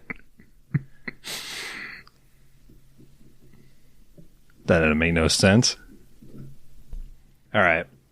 So he kills Danica by throwing her up into an airlock, hitting the button. She shoots up. Yeah, this is about the death I wanted about this time, yeah. Yeah, you needed something. Sweetie tells Evers that Troy's identity can't be confirmed. So they're, I don't know, using his genes or some shit. They're trying to connect to their main database cloud, whatever, to get some information on him. That dude ain't wearing jeans. You know that. Yerzy standing outside the containment room just longing to fuck his toy. And Troy comes in. He's like, will they change the code on you? Let me try. And he just fucking uses some badass punch power. Like he makes his hand like more bony or something. Yeah, it's like all the tendons grow. Yeah. 8 times their normal size. Punches the shit out of this thing, and Yerzy's like, oh man, how'd you fucking do that?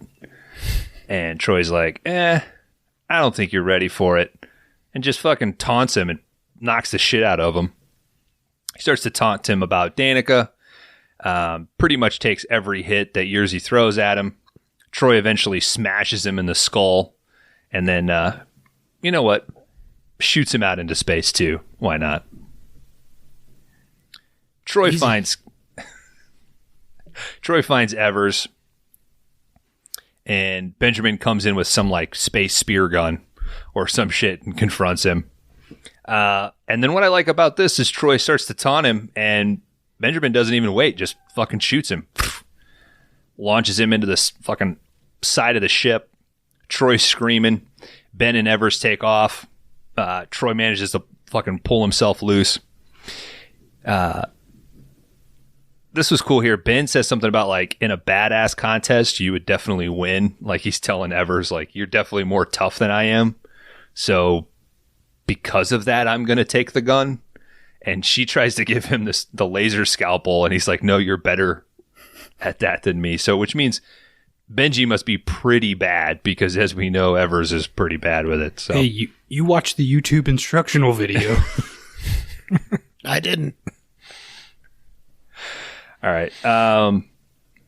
So Flyboy jump scares. Who does he scare? Is it Benjamin that he scares, or Troy? I think it's Troy. Okay. And then he pushes him out of the way, and then Benjamin comes into the room, and that's when Benjamin shoots him right in the head. Takes bullet right to the dome. He's fine. Yeah. He throws Ben. The spear hurts him, but getting shot directly in the face does nothing. Well, he got shot in soft tissue, you know. As we know, his bone structure is enhanced. Whatever. And at this point, Troy is starting to kind of fucking what is the morph. movie? All right, Troy throws Ben into some room. Ben locks the door. At this point, Ben then starts to scream at Sweetie, and he's like, I need you to do something for me. I'll do anything for you, Benjamin. So he tries to kind of logic twist Sweetie by basically saying, I need you to exhaust all the atmosphere in the area outside of this room. And I've Sweetie already says, exhausted all of my talk into you jerking off while I was talking. Mm-hmm. So Sweetie's saying, I can't cause any harm to anybody. I can't kill anybody. That's against my primary programming. And Benjamin says, well, you have already altered your primary programming. Remember when you woke me up to play chess? That's not in your programming. Yeah, play chess. Mm-hmm. So eventually this kind of works. And Sweetie is about to do it, but she requires a second confirmation from Benjamin. Unfortunately, by this point, Troy's able to get into the room, and he kills Ben. Isn't the first confirmation passcode "I love you"? I think so. Yeah, he programmed that, and like he wanted a scenario where he had to scream "I love you" to his computer. Mm-hmm. So what's the second command then? There's no AIDS in space. Okay. I'm dropping loads. Dropping fucking loads. That was a My So-Called Life joke. There's no AIDS in space? Didn't he have, wasn't he the guy that got AIDS in Jared My Leto? So-Called Life? No. Benjamin was in My So-Called Life. Like the TV show. I didn't watch that shit. I was watching Thunder in Paradise and fucking Viper and... I'll wait till we get to our review on My So-Called Life. I think he was the guy that had AIDS in that show. I could be totally wrong. Okay. Join the Discord and let me know if I am. Look it up while I fucking grind through this thing. All right. So Evers calls down to Nick, or is trying to, but Troy shows up. You still don't recognize me. It's me. It's Carl.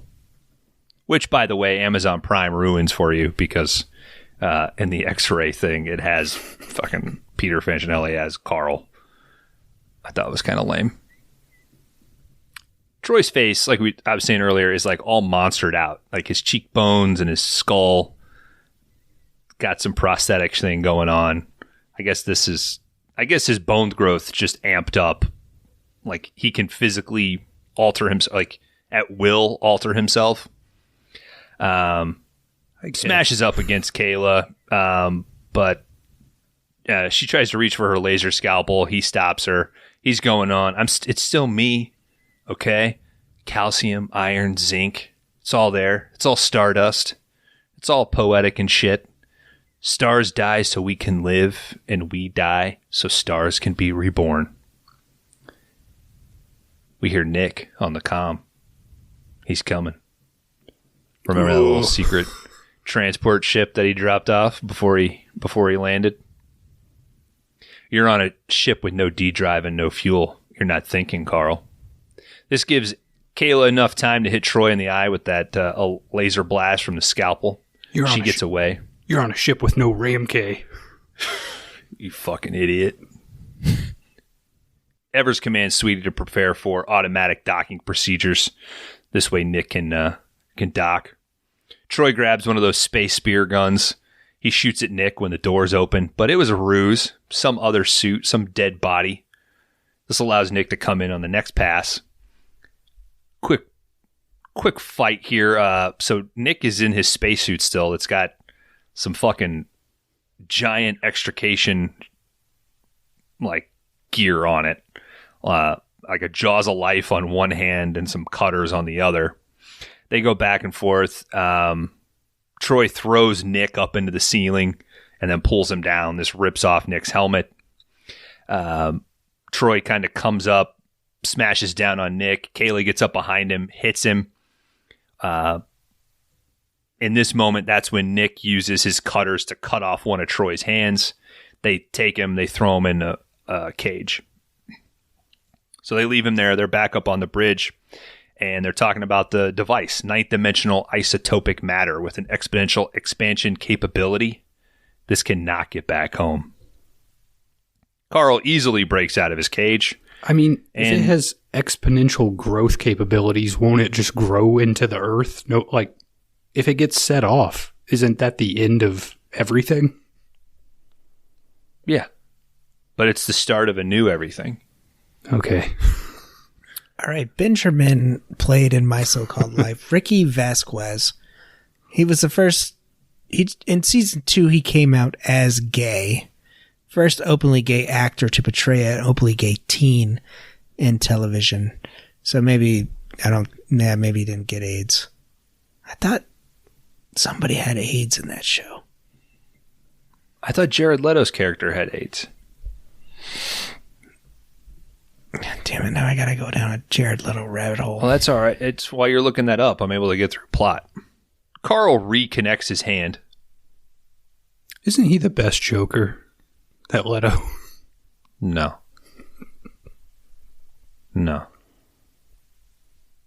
Attention, dimensional drive recharge complete.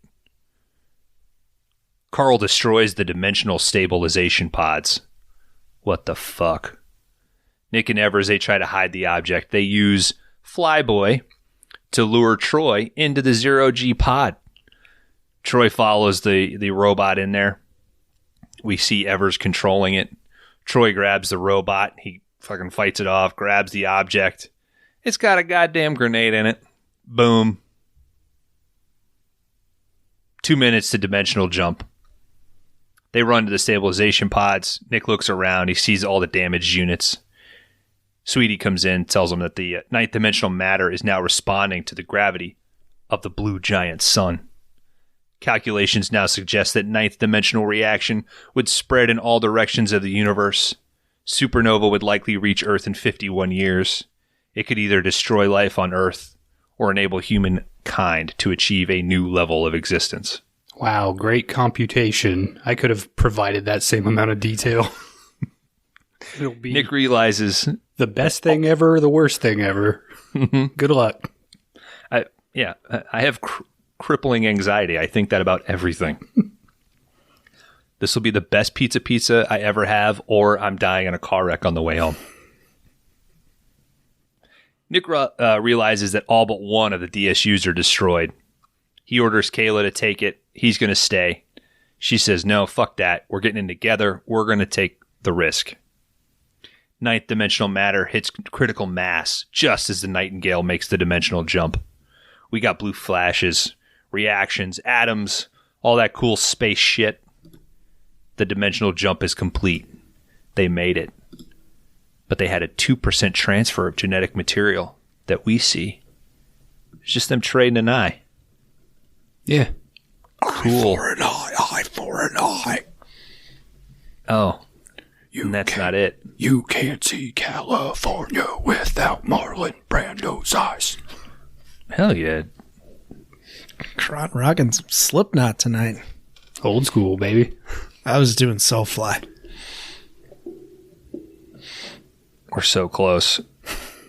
Sweetie tells Kayla, hey, you're also pregnant. Congratulations. Now, was that from them banging earlier, or was that from the hyper jump? I think that's from the hyper jump. I take it as it's from the hyper. I mean, you gonna get pregnant? It could be from the bang. Well, no, because how would they get approved? They banged. They weren't so approved. She had to get. Can you only have a kid if you're approved? I took it. I don't know. Is there some sort of the government's not going to be able to stop you from making love to a woman? Maybe they what's the word I'm looking for? Neutered everybody. I just thought if you weren't approved and you got pregnant, they probably maybe they had to your if kid they were for it. going Like a China thing. Well, no, if you were going into space, they don't want a shitload of mouths to feed because you're going to be boning up there. Yeah, I think they're all sterilized. Neutered, yeah. Yeah. Neutered? So- You think they're neutered? God damn, that's severe. I said that's- neutered earlier, and I mean. I mean sterilized. I guess that's why they they're weren't snipped or something. showing the dongs on screen, because Yeah. it'd be fucking disturbing. Ain't nobody got balls, man. Yeah. Yeah, I think it's from the genetic transfer. Anyway, that was Supernova, directed by Thomas Lee. Wait, what? Start this movie over, dude. In the alternate ending, there is when they arrive. I think there's more fill in from Sweetie about the supernova that's coming their way, and there's more discussion about like what's going to happen, and it's like it is 51 years away. It's like it's much more depressing than this thing. I read a thing where they had shot 4 different endings for this movie. Yeah. Real fucking clue. I just want to fly. Dan, are you done looking up AIDS? Yeah, I couldn't really find anything on my so-called life. So listeners, don't hold us to our knowledge of my so-called life. You probably never even fucking heard of it. Why don't you hit us with the knowledge you do have, my friend? Like I said, I think we pretty much hit everything here, but we will go through and just double check. Supernova from the year 2000, directed by Walter Hill, Francis Ford Coppola, Jack Schroeder, Thomas, what was it? Lee. Thomas Lee, I think, is the pseudonym that they threw on there, right? Yes, that is a pseudonym that was out at the time during the movie because Walter Hill wanted nothing to do with it. I think they also at this point said what's the other name? Alan Smythe? Alan Smiley, yeah, something like that. Smythe was had become too popular, so this was the first movie where they threw Thomas Different Lee one on in it. there. Yep. Released January 14th of 2000. Budget is between $60 to $90 million. A box office of 14.8 million. It's all up there on the screen, so I've seen this movie before. This was a big rental. Like, I know that we rented this movie. So, early 2000s. I can think of a few spots where you were probably pausing. No, rewind a little. You can totally see his hog. I'm telling you. Look in the reflection. But, yeah, I think we've pretty much covered it. Most of it is about how Walter Hill walked off and then Coppola took over for the reshoots, and he walked off, and then they brought in Jack Schroeder there to finish it all up. But yeah, I mean, Walter Hill did say that he pretty much hated everything about it, but Spader did a great job, and that was probably the only plus of the movie. So yeah, that's about it. I think we kind of nailed it. All right, what do you guys want to do? Let's rate my letterbox. Let's get this out of the way, and then I think we got a lot of discussion. Yeah, Sound good? Time to play Titan 37's favorite game. Michigan's favorite new game. Rate my box. Take me up inside. We love you, Michigan. Hit us up. Dan, would you like to go first? Gentlemen, Supernova from the year 2000, directed by Walter Hill, Francis Ford Coppola, Jack Schroeder. At the time of our review for Supernova, the Letterboxd user rating is sitting at a 2.1. Bones. I am going to give you a 2.0. Cron Howard, I'm going to give you a 1.5. I'm going to go... Yeah, Bones 2.0, Dan 1.5. I'll give you both 1.5.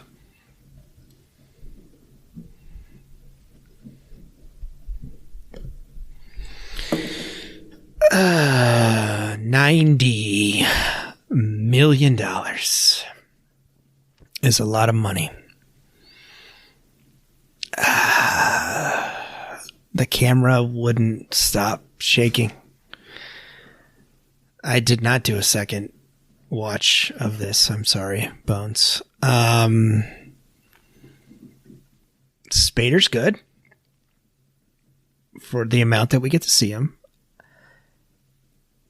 I think we got an all right villain here. What Troy, was that his name in their movie? He goes by Troy, but he's actually Carl James Larson. Carl. Yeah. I think we got a good villain there. I like I said at the beginning, if you have Walter Hill and Francis Ford Coppola walking out, then something is wrong. Yeah, it's a 1.5 for me. I don't know. It's the camera wouldn't stop moving.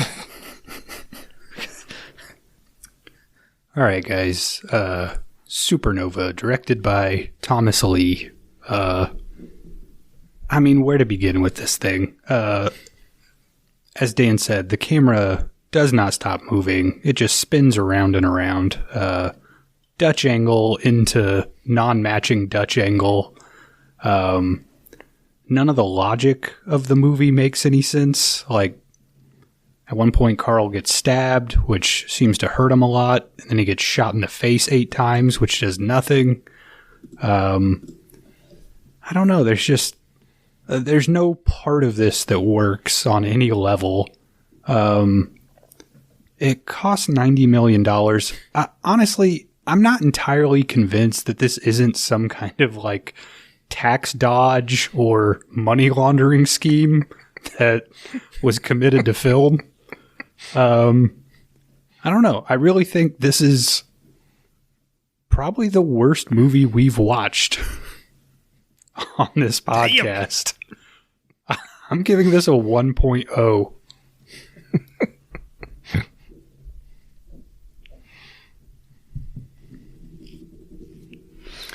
This thing is obviously a mess. Kron, did you watch it twice? No. I couldn't get through this thing once almost. I mean, the funnest part of watching this was that Bones and I were basically at like the same minute marker on Monday night, and texting through the last half of it was what kept me going. Yeah, this thing's obviously a mess, but I want to be fair to the creatives on this, right? Like, I want to give them benefit of the doubt. I would love to know what the original script was. I would like to really see or have seen Hill's interpretation of that, his adaptation of that. But this is like just studio meddling all the way through, right? Oh, yeah. I did notes on my first watch because, like you guys, I had seen this not too long ago, so I was a little nervous about being miserable. But I knew I had to watch it again, and just sitting and kind of taking it in on its base level, there is a story there. There is action there. It's a miracle that this thing exists with all of the trials and tribulations that they went through. So I wanted to be a little bit more forgiving because I think Spader's really good. Bassett's really good. You're not really giving the greatest character stuff to your supporting actors, and I don't think anybody's bad. So I'm gonna play a little kind to this one, and I'm gonna go right over the plate at a 2.5. It's incredible. Yeah.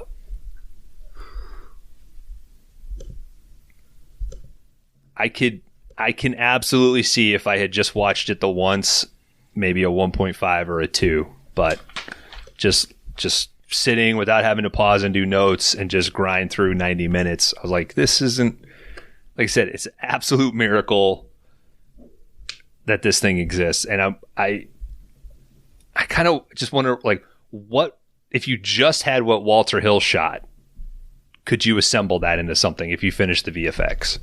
Like, there's obvious weird interchanging. Well, let's see what the final thing is, because hopefully I kept it from being super low. But all right, guys. Supernova would have an average score from the three of us of 1.67. This would land at number 89 out of 94 on the big list. This would currently be setting right below Nothing But Trouble at 88 and right above Army of the Dead at 90. Do you think if we rewatched Army of the Dead, it would be better? No. Like, do you see any? No. Somebody was talking the other day about how a coworker was like, "Oh, I watched that Army of the Dead. It was so good." I'm like, I'm not even going to get started. I left. I don't think it would get any better. Do you like Nothing But Trouble more than Supernova? Here's what I'll say. Because I thought about Let's hear it. I thought about that when I said this is the worst movie. I guess what I would say is, like, considering the budget that they had and what the end product was, I do think this is, like, objectively the worst movie we've covered, just because it's like you spent that much and this was the end product that you got out of it. Mm-hmm. Nothing But Trouble, I think, to me, offends me more as a film viewer. Like, I find I feel like that movie is making fun of me for, like, enjoying movies. So Nothing But Trouble is a more offensive experience, but I do think Supernova is, like, from all aspects, a worse film. Yeah.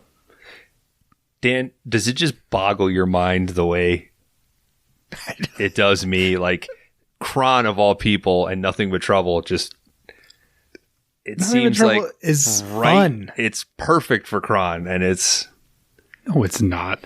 odd. It's Yes, so it odd. is. No, the whole thing is It's like, a fun movie. this guy has a dick nose. That's the entire film. That's not the entire film. It is. I think we need to rewatch it. No. Kron, you want some Rate My Letterboxd scores? I do. I will say this. Nothing But Trouble is better than Supernova. Yeah, absolutely. I am ready for scores. All right, Dan got a 1. Kron, you and I got 1.5.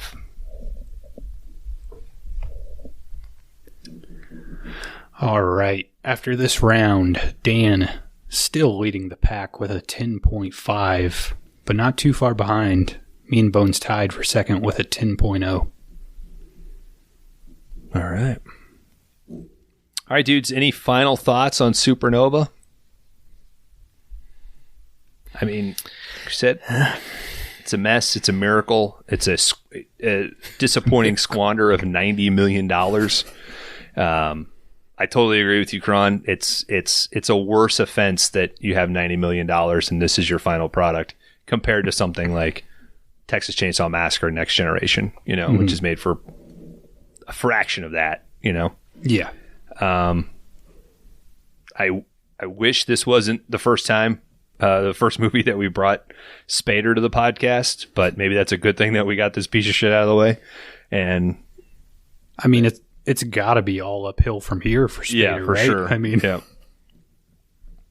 for sure. Well, guys, it's the end of Erection, the films of Walter Hill. And at the end of every category, we play a game. Dan, this was your category. Would you like to go first or last? I'll go first. Okay. I think I'm marrying Extreme Prejudice. I guess I'm going to fuck Streets of Fire, and I'm killing Supernova. I think that's exactly where I'd land. I would guess Bones would be the same, but we'll find out. Oh, absolutely. Is this the truest consensus of any category, fuck, marry, kill we've ever had? Yeah, it's got to be. Probably. Yeah. Yeah, that sounds about it's right. it's easy. You marry Extreme Prejudice, you fuck Streets of Fire, and you fucking blow Supernova out the airlock. So how are we feeling overall about Walter Hill? I mean, we didn't cover his whole filmography, of course, but No. I mean, I do think the guy is just kind of a messy director, and sometimes that really works for the best. Like, the guy can do a complicated plot or, something that is kind of off the beaten path, but still make it work. I don't know, but, it's kind of one of those things where it feels like he's either going to knock it out of the park or it's going to be like a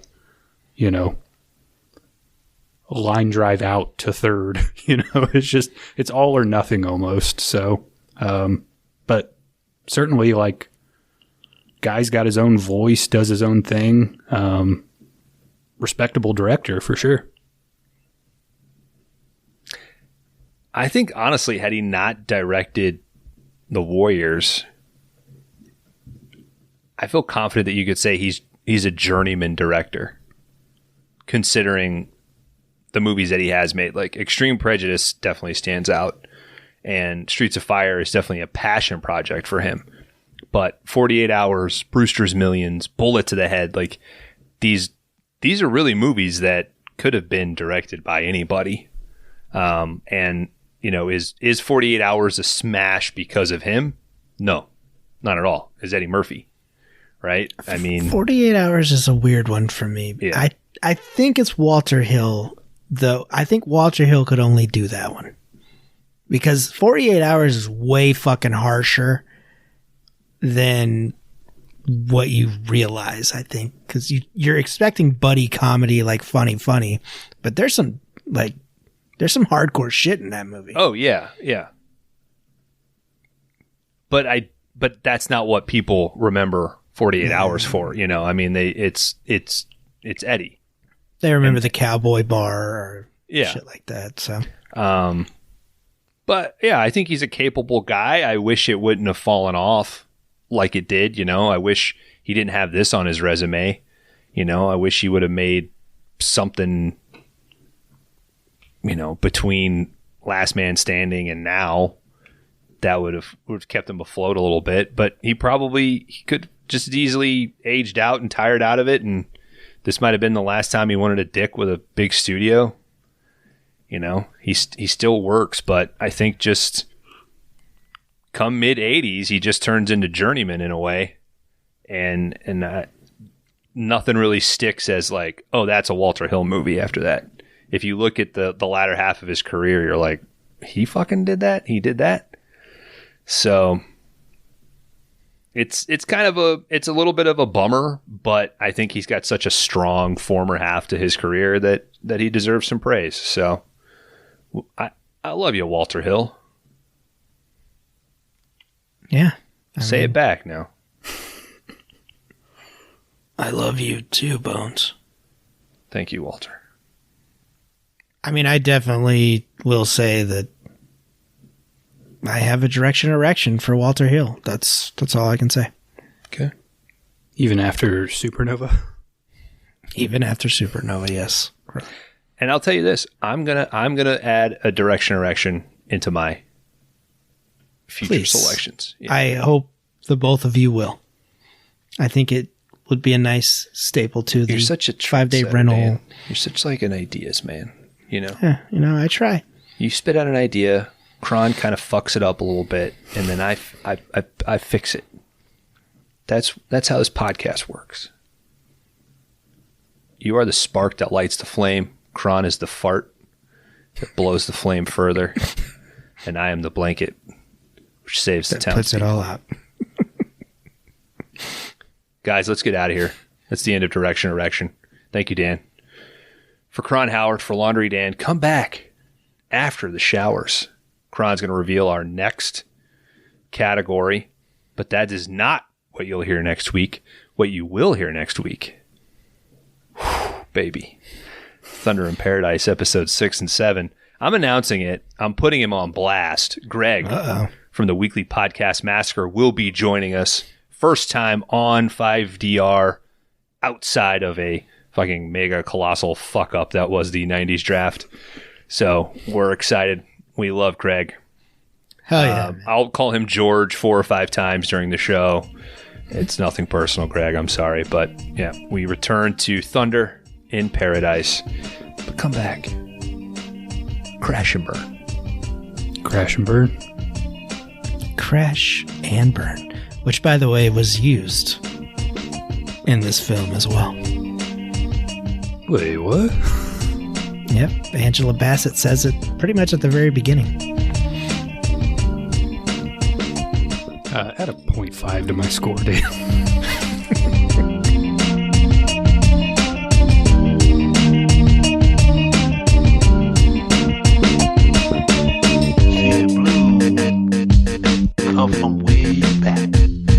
All right. Welcome back, everybody, to the 5-Day Rentals podcast.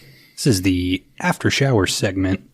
We're going to find out what the next category has in store for us.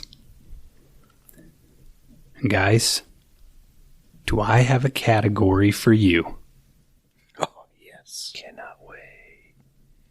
Best part of the show. You got good categories, dude. All right.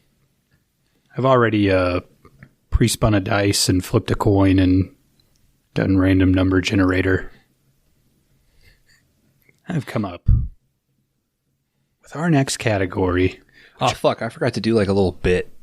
Hey, why did we all have to share the same shower? Just because they shared a pot in the movie, Dan? Is that why you... Yeah, now I'm fucking stuck to this shower head.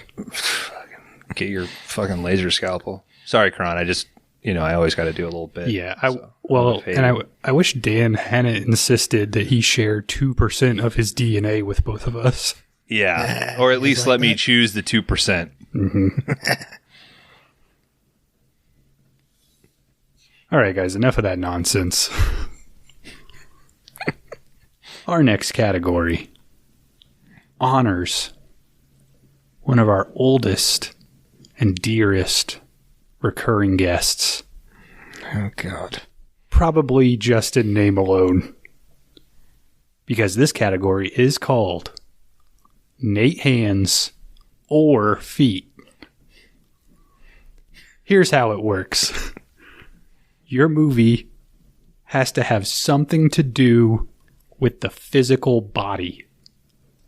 Could be body horror, could not be body horror, but there has to be some element of the plot that deals with someone altering a body, changing a body, or just having that as like a driving factor in some way. You just created a lot of work for yourself. Wow.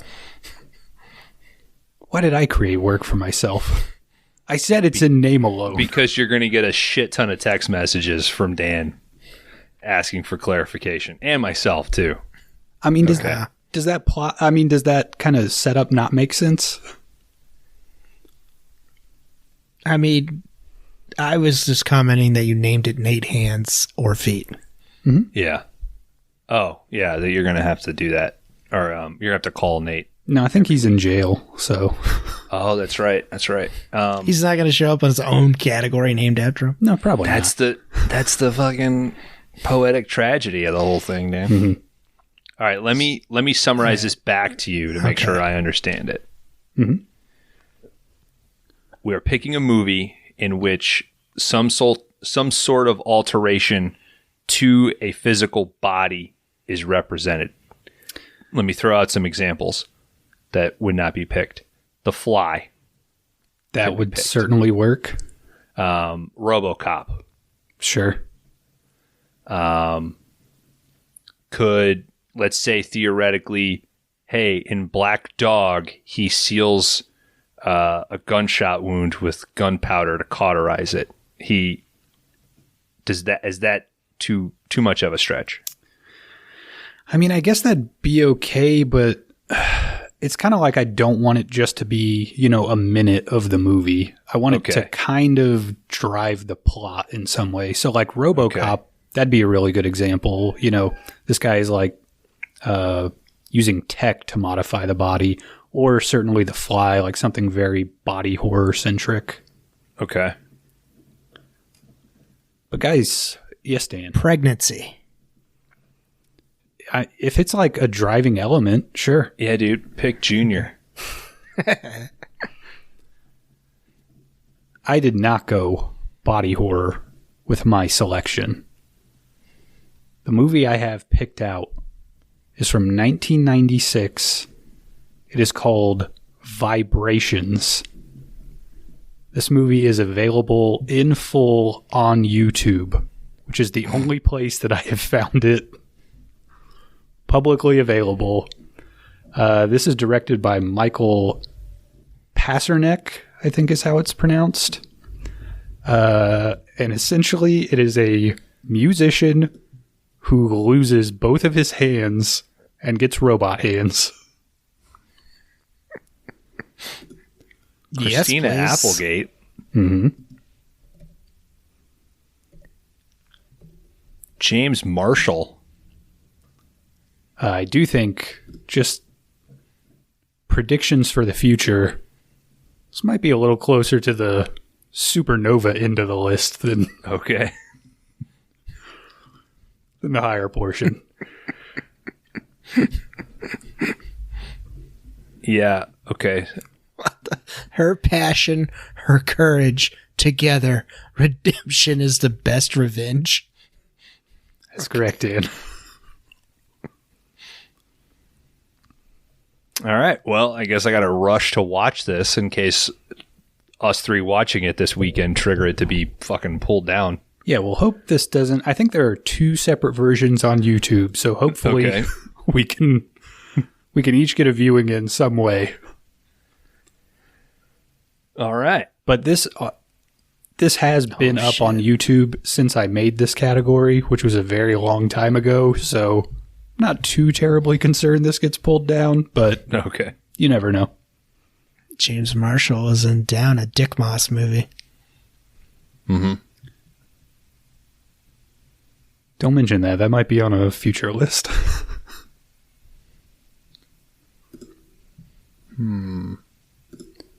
So there you guys go. Vibrations from 1996.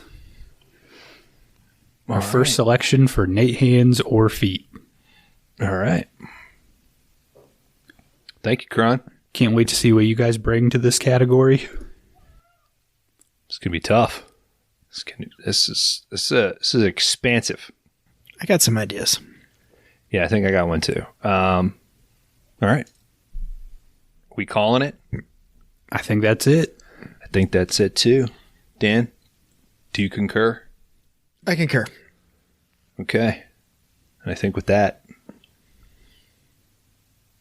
say something, Kron. Cyberchrist lives. Go fucking iceberg. I'm blazing hazing.